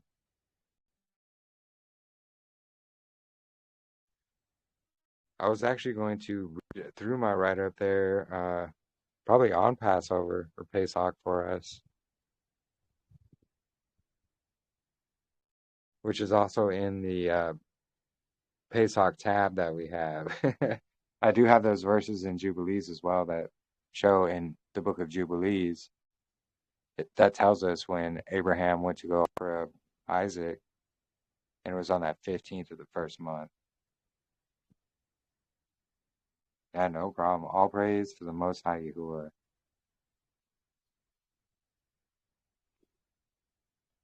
I've got many write-ups actually, and still more to come because I haven't even gotten them all, online like that.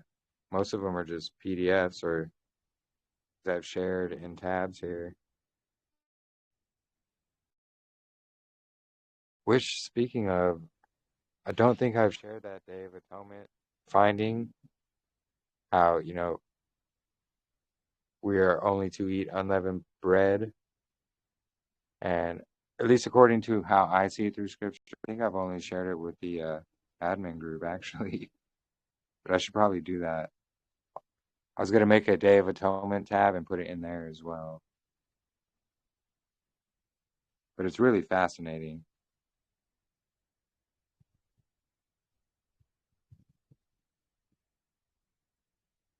Shepherds in training, yeah, definitely.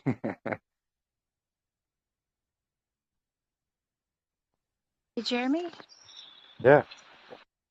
I'm just wondering if I could just add a couple of little insights regarding the Passover still being a thing, or the eating of the lamb. Is, normally it says that something's revealed through the prophets prior to something big happening, and if they were to take away that particular command, which is actually forever and ever throughout all your generations, if it had been to be removed, it would have been spoken of somewhere prior to it being removed. And we know that no covenant is finished and done away with, and anything new starting.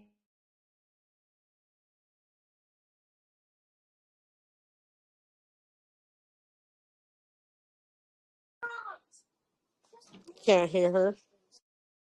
I think we Lost her. I'm sorry, you can't hear me? Oh, we You hear cut you. out there for a second, I think.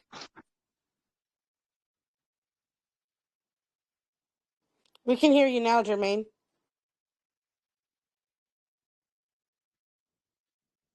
I Oh, think. never mind. Maybe. Never mind. Sorry, I don't know where you lost me. Where did you lose me? It was right there at the beginning. Oh, Start again, oh, mate. I'm sorry. I'm just walking back home from the goat yard in the rain, so my phone's getting wet. Can you still hear me? Yeah, we hear you now. Oh, okay. So we know that he doesn't change anything unless it's through the prophets, or the prophets generally say if something's going to happen or change, and none of that was told that you'd have to stop eating.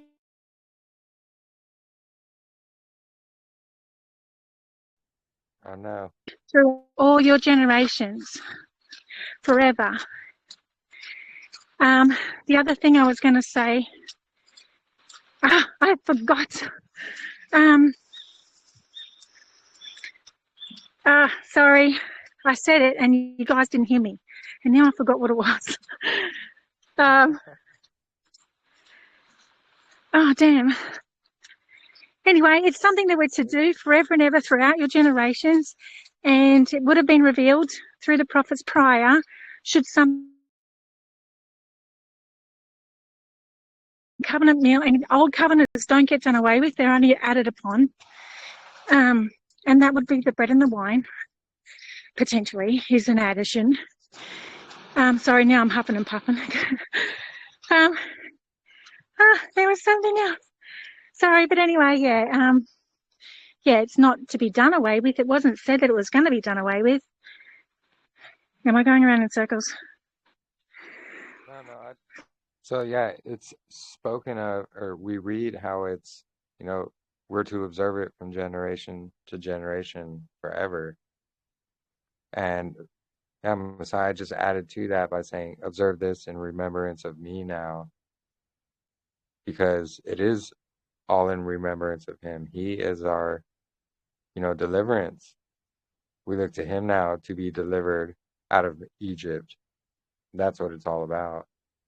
It's like the bigger picture. So it's I guess it would be adding more to it, because that's how we see the covenants go from, all the generations, starting with like Noah, it was this, then Abraham, we see things added, and so forth and so on. Just like we see the night of Passover was added to the festival of Matzah. And then we see the 8th great day of Sukkot was to Sukkot. So it just proves more so that, it's not a new covenant or anything that we're in. It's a renewed covenant. So the renewed, under these renewed rules, which are under Melchizedek now, who is Messiah. Yes. And that's something else I was going to say is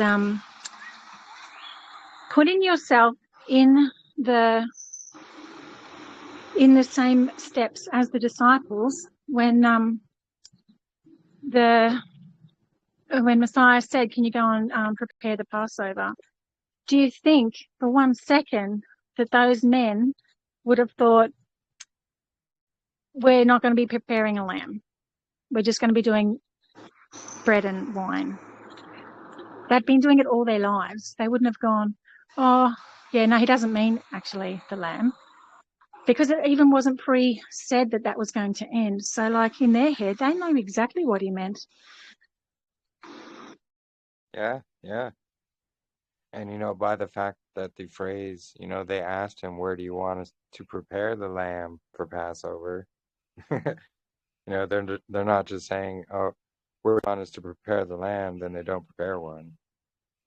And like you said, it was something they've been observing their whole lives. They wouldn't just be like, we won't do it this one time.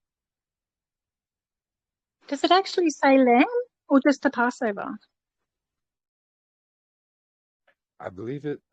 I had to double check. It says lamb because he said to go and get a lamb and prepare it. Yeah. Well then, that's where's the argument? I know, right? Right. That's my same question. Now, I will say personally, because I don't have land where I can have goats and where I can slaughter it myself and not break the commandment to not break its bones, I'm not in a position where I would feel comfortable going to the store and getting like lamb chops. So if I'm invited somewhere and they do all that, then I will most certainly take part in the lamb. But like last year, I wasn't able to, and so my mom and I just did the bread and wine. I'm so much on your point, Miranda. Yeah, I'm exactly the same. I'm not going to eat a portion of lamb because obviously it's been cut and the bones pulled apart, etc., etc.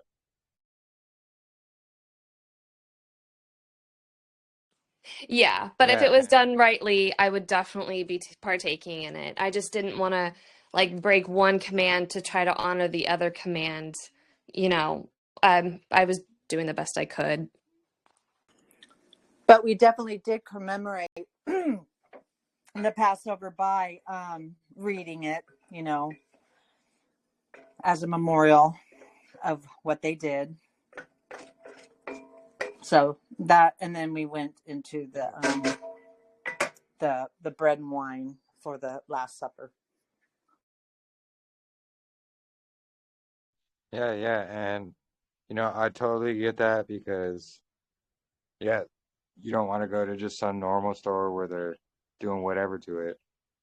Like around here, there's ranches and where they will sell you like Bobby said here in chat, a leg where the bones aren't cut or broken or anything like that. Or they've raised them themselves, they slaughter them in, a humane, clean way, things like that.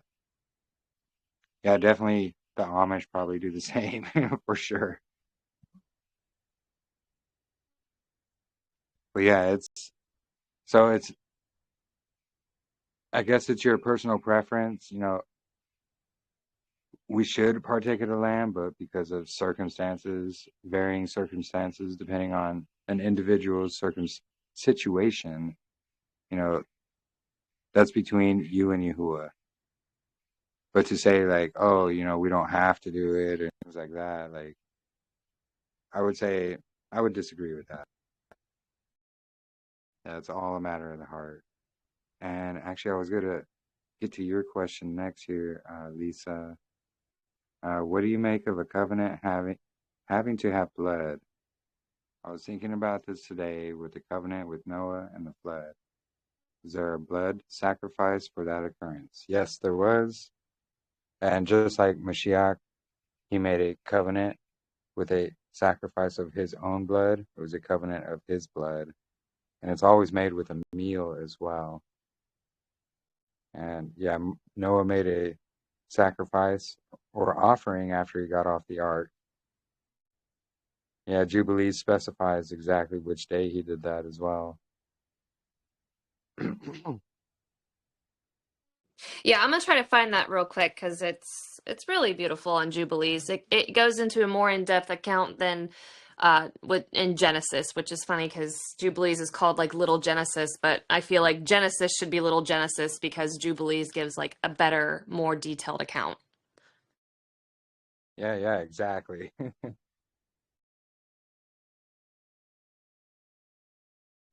Yeah, because in canon they like to, hide things and cover it up.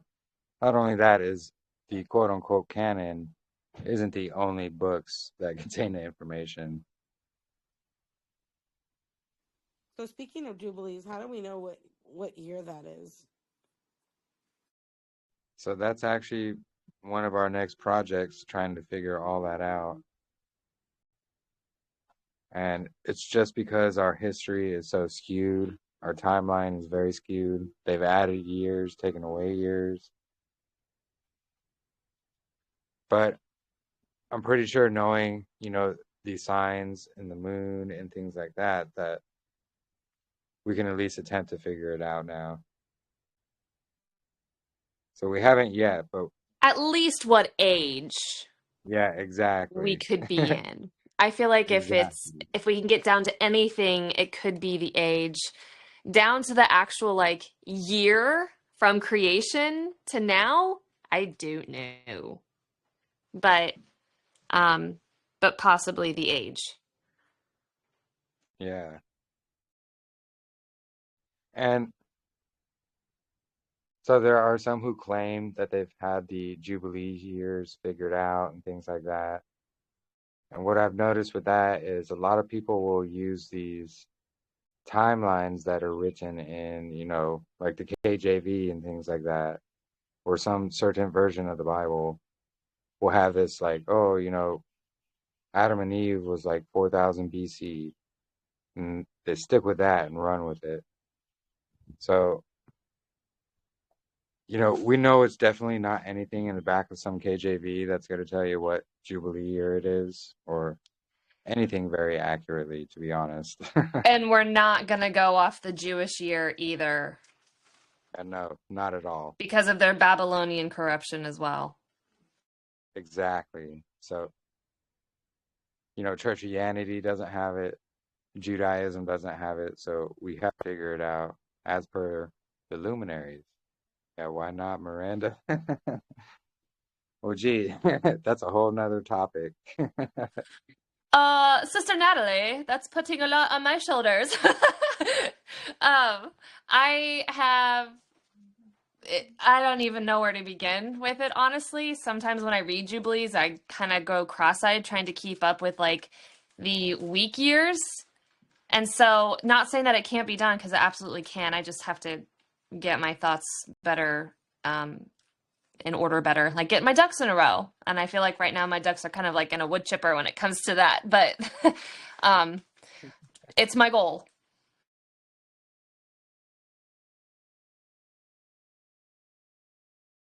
Well, we're excited to hear about it, sister, 100%.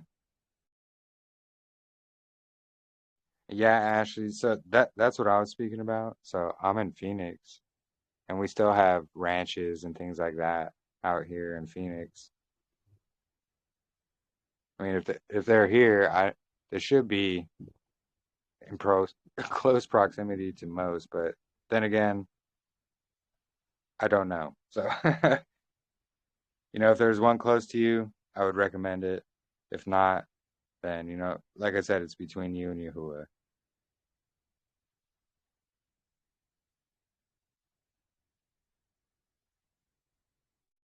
Yeah.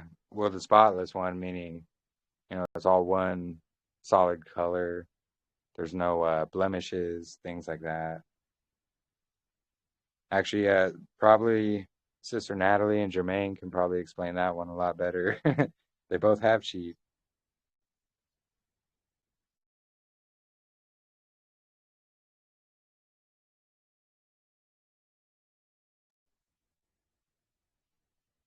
Ah, okay.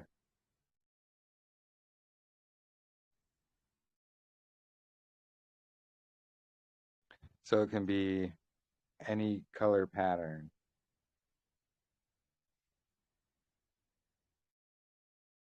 So I can find the verses. I was looking here, but I was kind of leaving you guys hanging.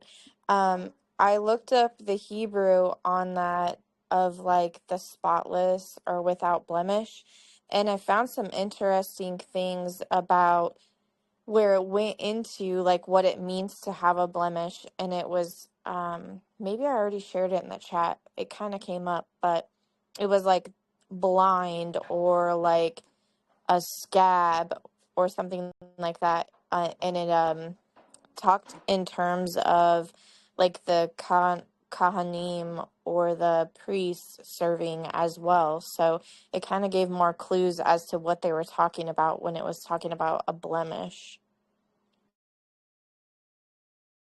So not necessarily like a spot or a pattern on the animal, like in its Right. Exactly. Interesting. That would make sense. Like you wouldn't want to sacrifice to Yah if the animal was like diseased, and you would have seen that. Right. That's so neat. Boom, there it is. I do love remember that. you did bring that up. I think it was like last week or something. That is pretty awesome.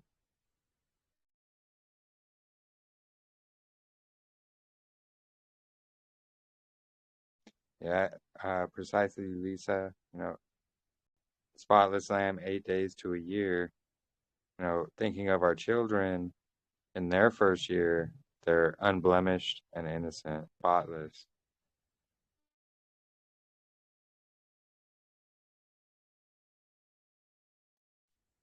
Yeah, that's a very good point.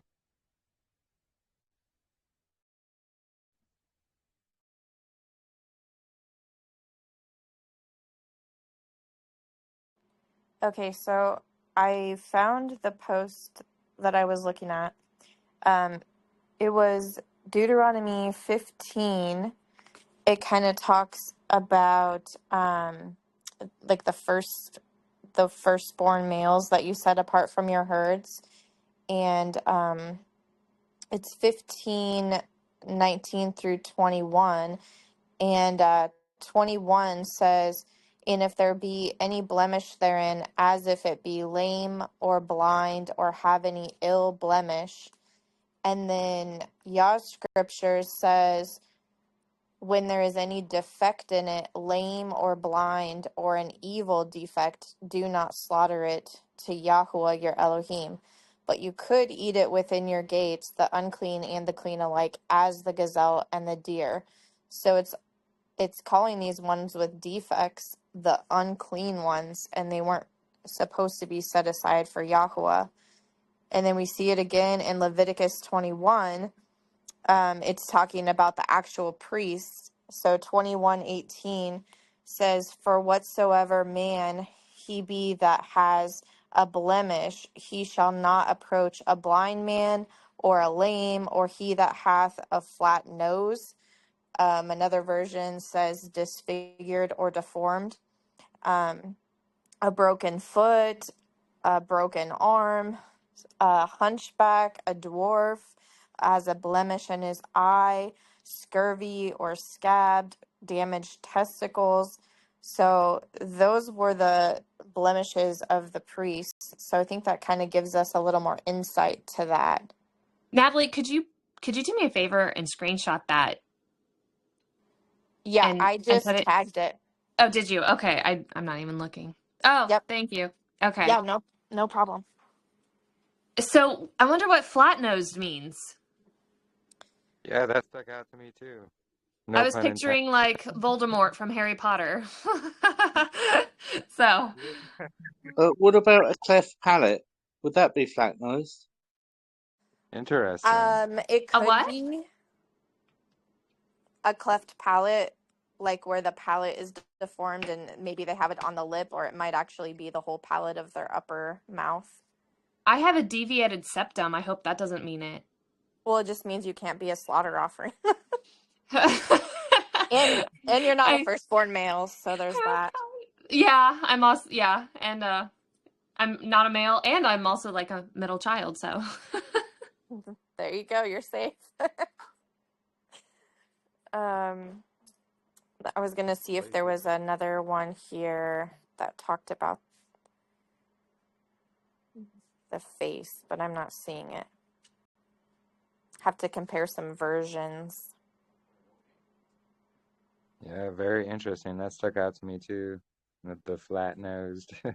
And then like if they're like lame or limped, which normally, if you like hurt your leg, or generally if you hurt any kind of your body, I mean, inflammation, I wonder if like the inflammation that happens when you hurt, whether it's your limb or your finger or whatever, I wonder if inflammation just is, I mean, you wouldn't be at like your pristine. So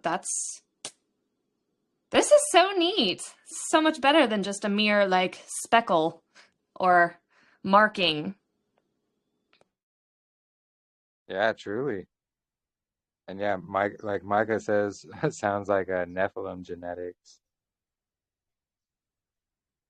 And other texts talk about those type of genetics. And I was literally thinking about that. And a lot of those leaders in Judaism, they have those flat noses and things like that. It's kind of more interesting,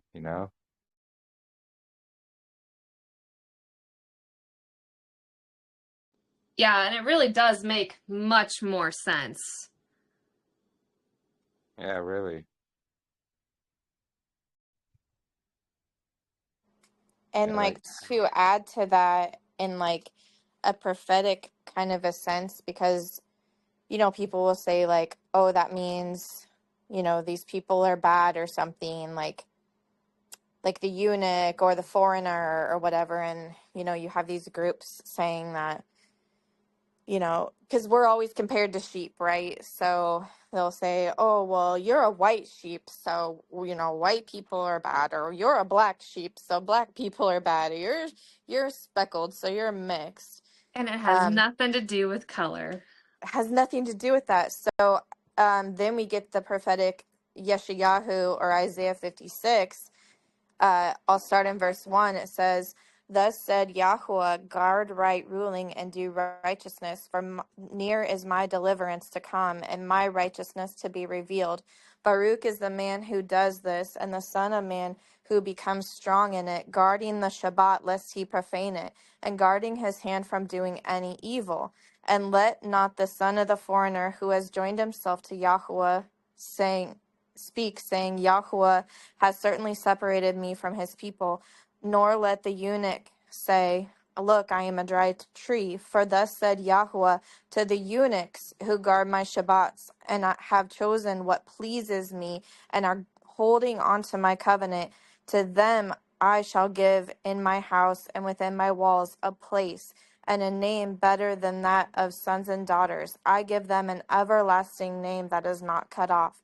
And also the sons of the foreigner who join themselves to Yahuah to serve him, and to love the name of Yahuah, to be his servants, all who guard the Shabbat and not profane it, and are holding on to my covenant, them I shall bring into my Kadesh mountain, and let them rejoice in my house of prayer. Their sending offerings and their slaughterings are accepted on my slaughter place, for my house is called a house of prayer for all the peoples. There it is. All the people. Woo! So we may be blemished, we may not be spotless, we may be blind, we may be lame, we may have a broken foot or inflammation or whatever, but he's the one who heals us when we cling to him and keep his covenant and his feasts. Absolutely. And, even reading the accounts in Exodus, there were Mitzrites, who observed even Pesach Day because they wanted to be covered. There was a multitude of nations, other nations, that went out with them and became part of Israel.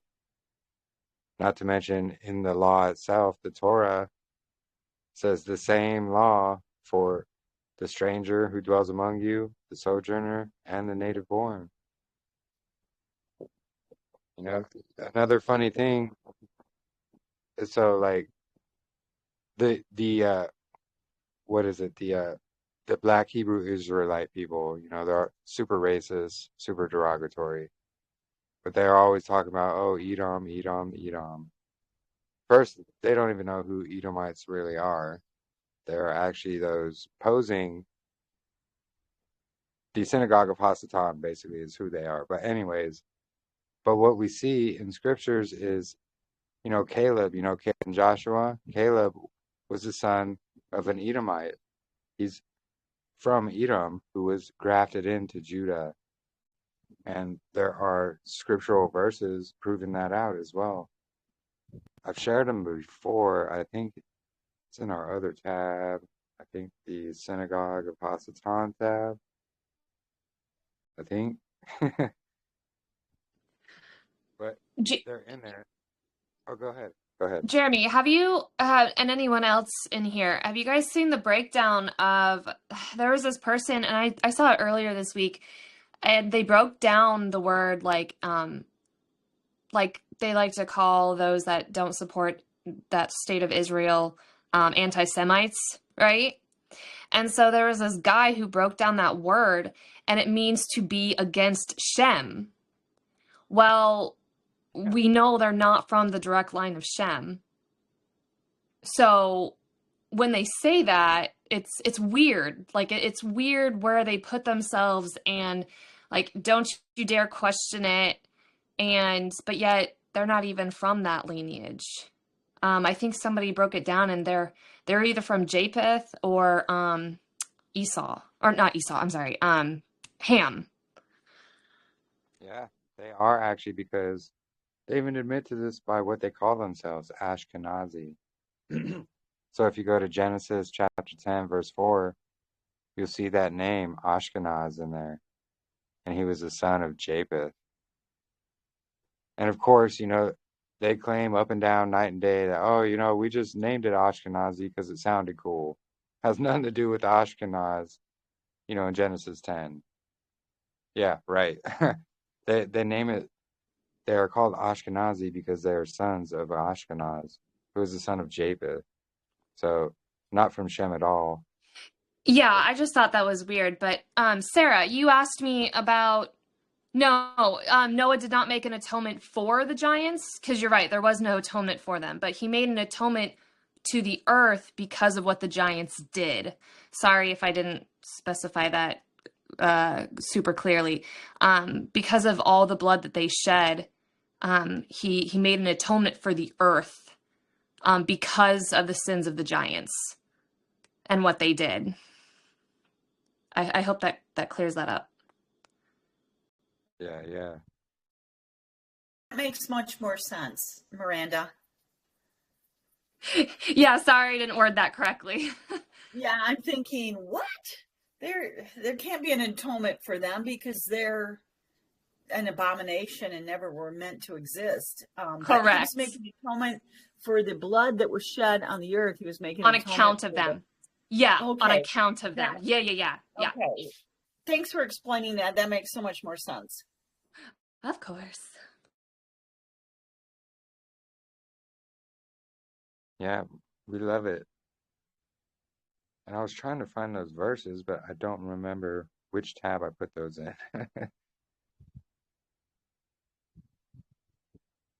Yeah, there we go. Thanks, Michael. And also Sister Sarah as well.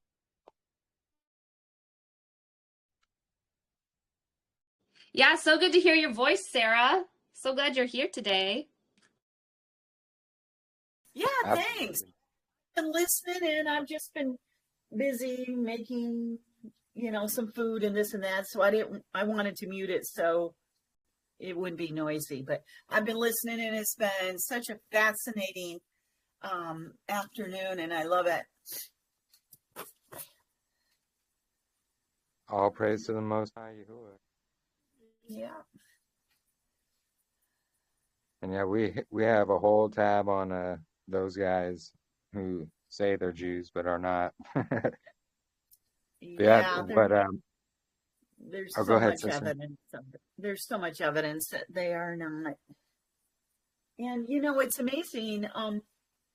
It's something I've known for 50 years. However, because my parents were into all that, but the rest of the world is waking up. Have you noticed just recently this year, so much on social media where so many people are coming out with this, and it's shocking. I've never in my life seen where there's been such an awakening of who those people are. They've exposed themselves, and people argue with me all the time that they're redeemable. Well, maybe they are. Maybe it depends on how much of their DNA is Nephilim or not. Most of them don't have a propensity for being saved and accepting Yahusha, and some do, and it's probably the ones that have more of the true Israelite lineage in them, I would think, because their heart would, pull that way, but most of them do not.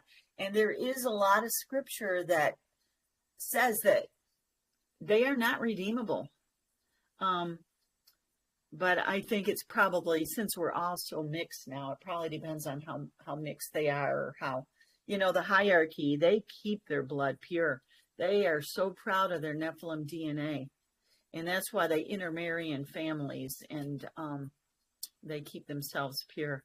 They are so not redeemable. If anybody wants to see the scripture, I can post some.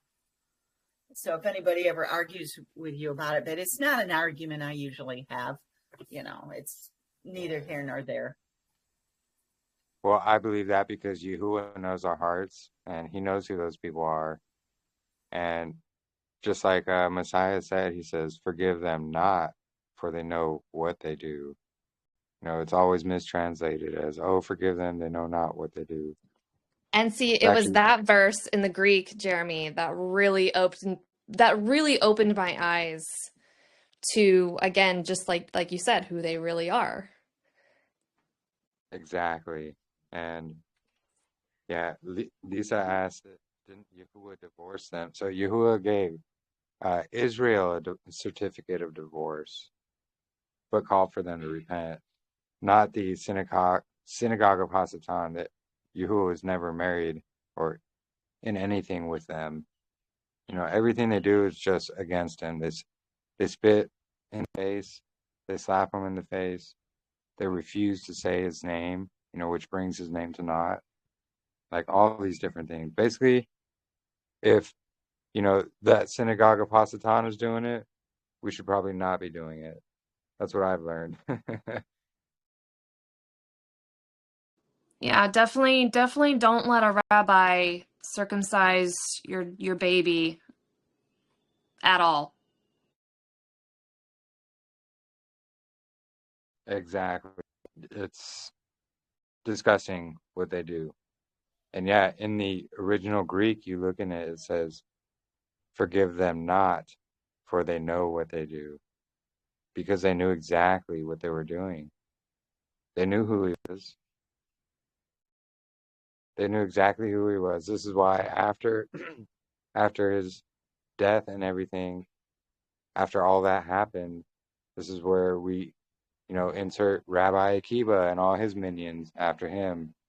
They changed the wording of the scriptures. They tossed out complete books such as Enoch, Jubilees, 2 Ezras, 4 Ezras, Baruch, all these different books they toss out because they literally speak of Messiah and they literally speak about the calendar as well. And they did not want to have any of that.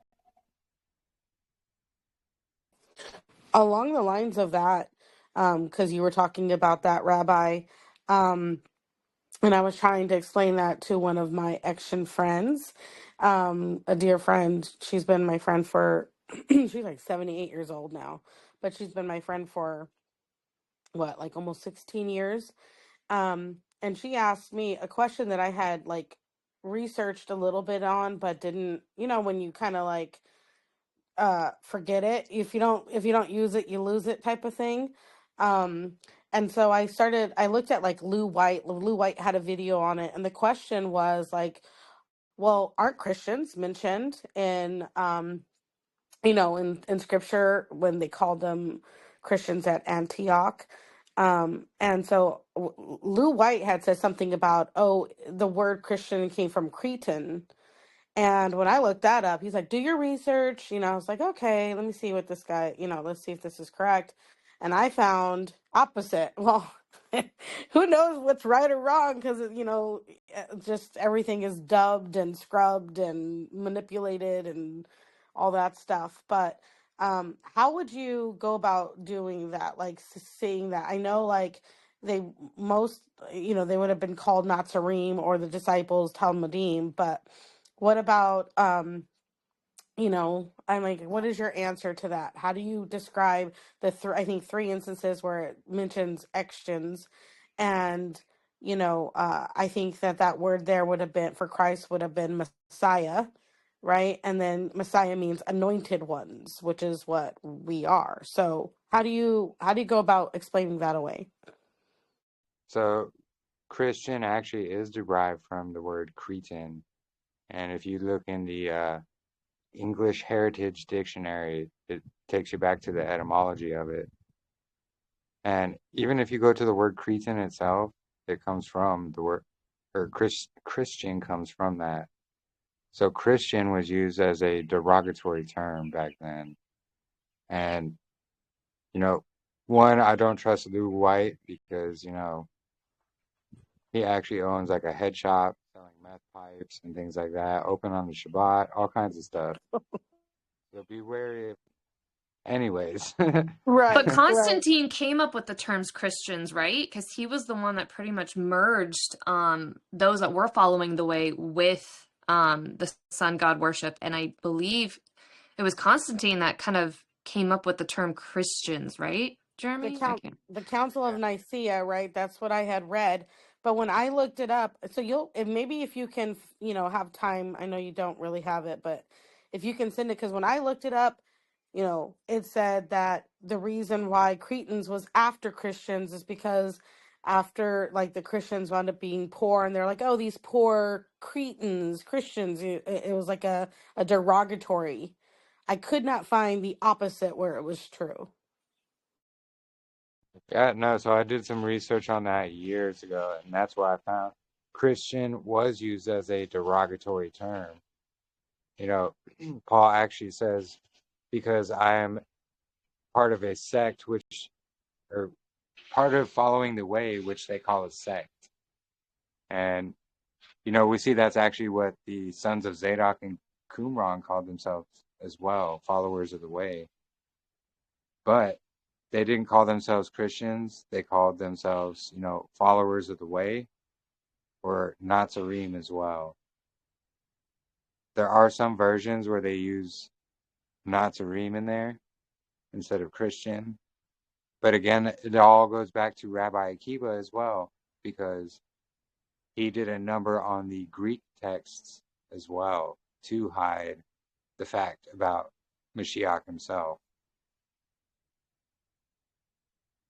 So there's a lot of tampering, especially with the Greek text. That's why I'm kind of excited to go over the Hebrew versions of Mark, Luke, Matthew, James, Revelation, Jude. Yeah, it comes from the Isle of Crete, means a creature or a Cretan. I have a screenshot somewhere where I took a screenshot of it, but it's the American Heritage Dictionary. If you look it up on there, it'll take you back to the etymology of that word. Will do. And Thank you. I totally believe you. I just couldn't find it myself, so I appreciate it. yeah, it takes some digging because, just like everything else, they like to hide it. Yeah, and also like trying to prove that it was should have been originally written in Hebrew, which makes the most sense due to some like idioms and things like that. But it's tough because it's not there. It's just there's no. I guess like there's evidence for Matthew, but other than that, like how can I prove that? You know. Well, again, that's the whole mainstream narrative push that they do. If you actually look at like the Hebrew Gospels and things like that, they date back pretty far. Not to mention, they also found New Testament fragments in Cave 7 at the Dead Sea Scrolls. So, it goes way back, but these are things that they like to cover up. They even went as far as blowing up Cave 7 to try to hide all this evidence. Wow. There's actually there's a guy who did a book on it, and he got a papyrologist, I think it's called, something like that, like a world-renowned papyrologist, someone who knows all about ancient scrolls and things. So he went to go, check out Cave 7 in the Dead Sea Scrolls, and it was blown up. And, of course, the authorities in control there were like, oh, yeah, it just, fell in on itself. But dude was doing more research, and he said, no, someone exploded this thing. So he took the fragments that he could find there, and he sent them to this world-renowned papyrologist, and that guy even confirmed that they were testaments of they were fragments of the New Testament right there in the Dead Sea Scrolls. There was also evidence of the original Septuagint in there as well, things like that. And they did find both Hebrew and Greek versions of it as well in that same cave. Any Aramaic? Was there any Aramaic in that cave? Yeah, there was a couple that had Aramaic as well. There was mostly Greek fragments, though, which is very fascinating. Because Greek was like how, English is today. It's like one of the most common languages. Like people all across the earth speak it. It's kind of similar with Greek back then. But I believe the New Testament was written originally in Hebrew, and it was translated into Greek, similar to how the Septuagint was. Yeah, that's what I believe too, but I can't prove it. Yeah, that's the information they like to hide, honestly. It's out there. It's just really hard to find, and it does take a lot of time to actually find these things too. And it takes a lot of prayer as well. 'Cause, one search you can find it, but if you type any kind of different word or anything, a completely different search comes up and different results. It's all about the algorithm, basically.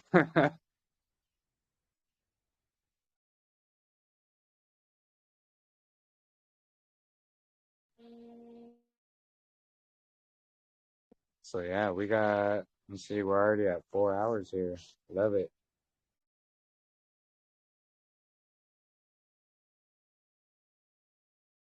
So let's see.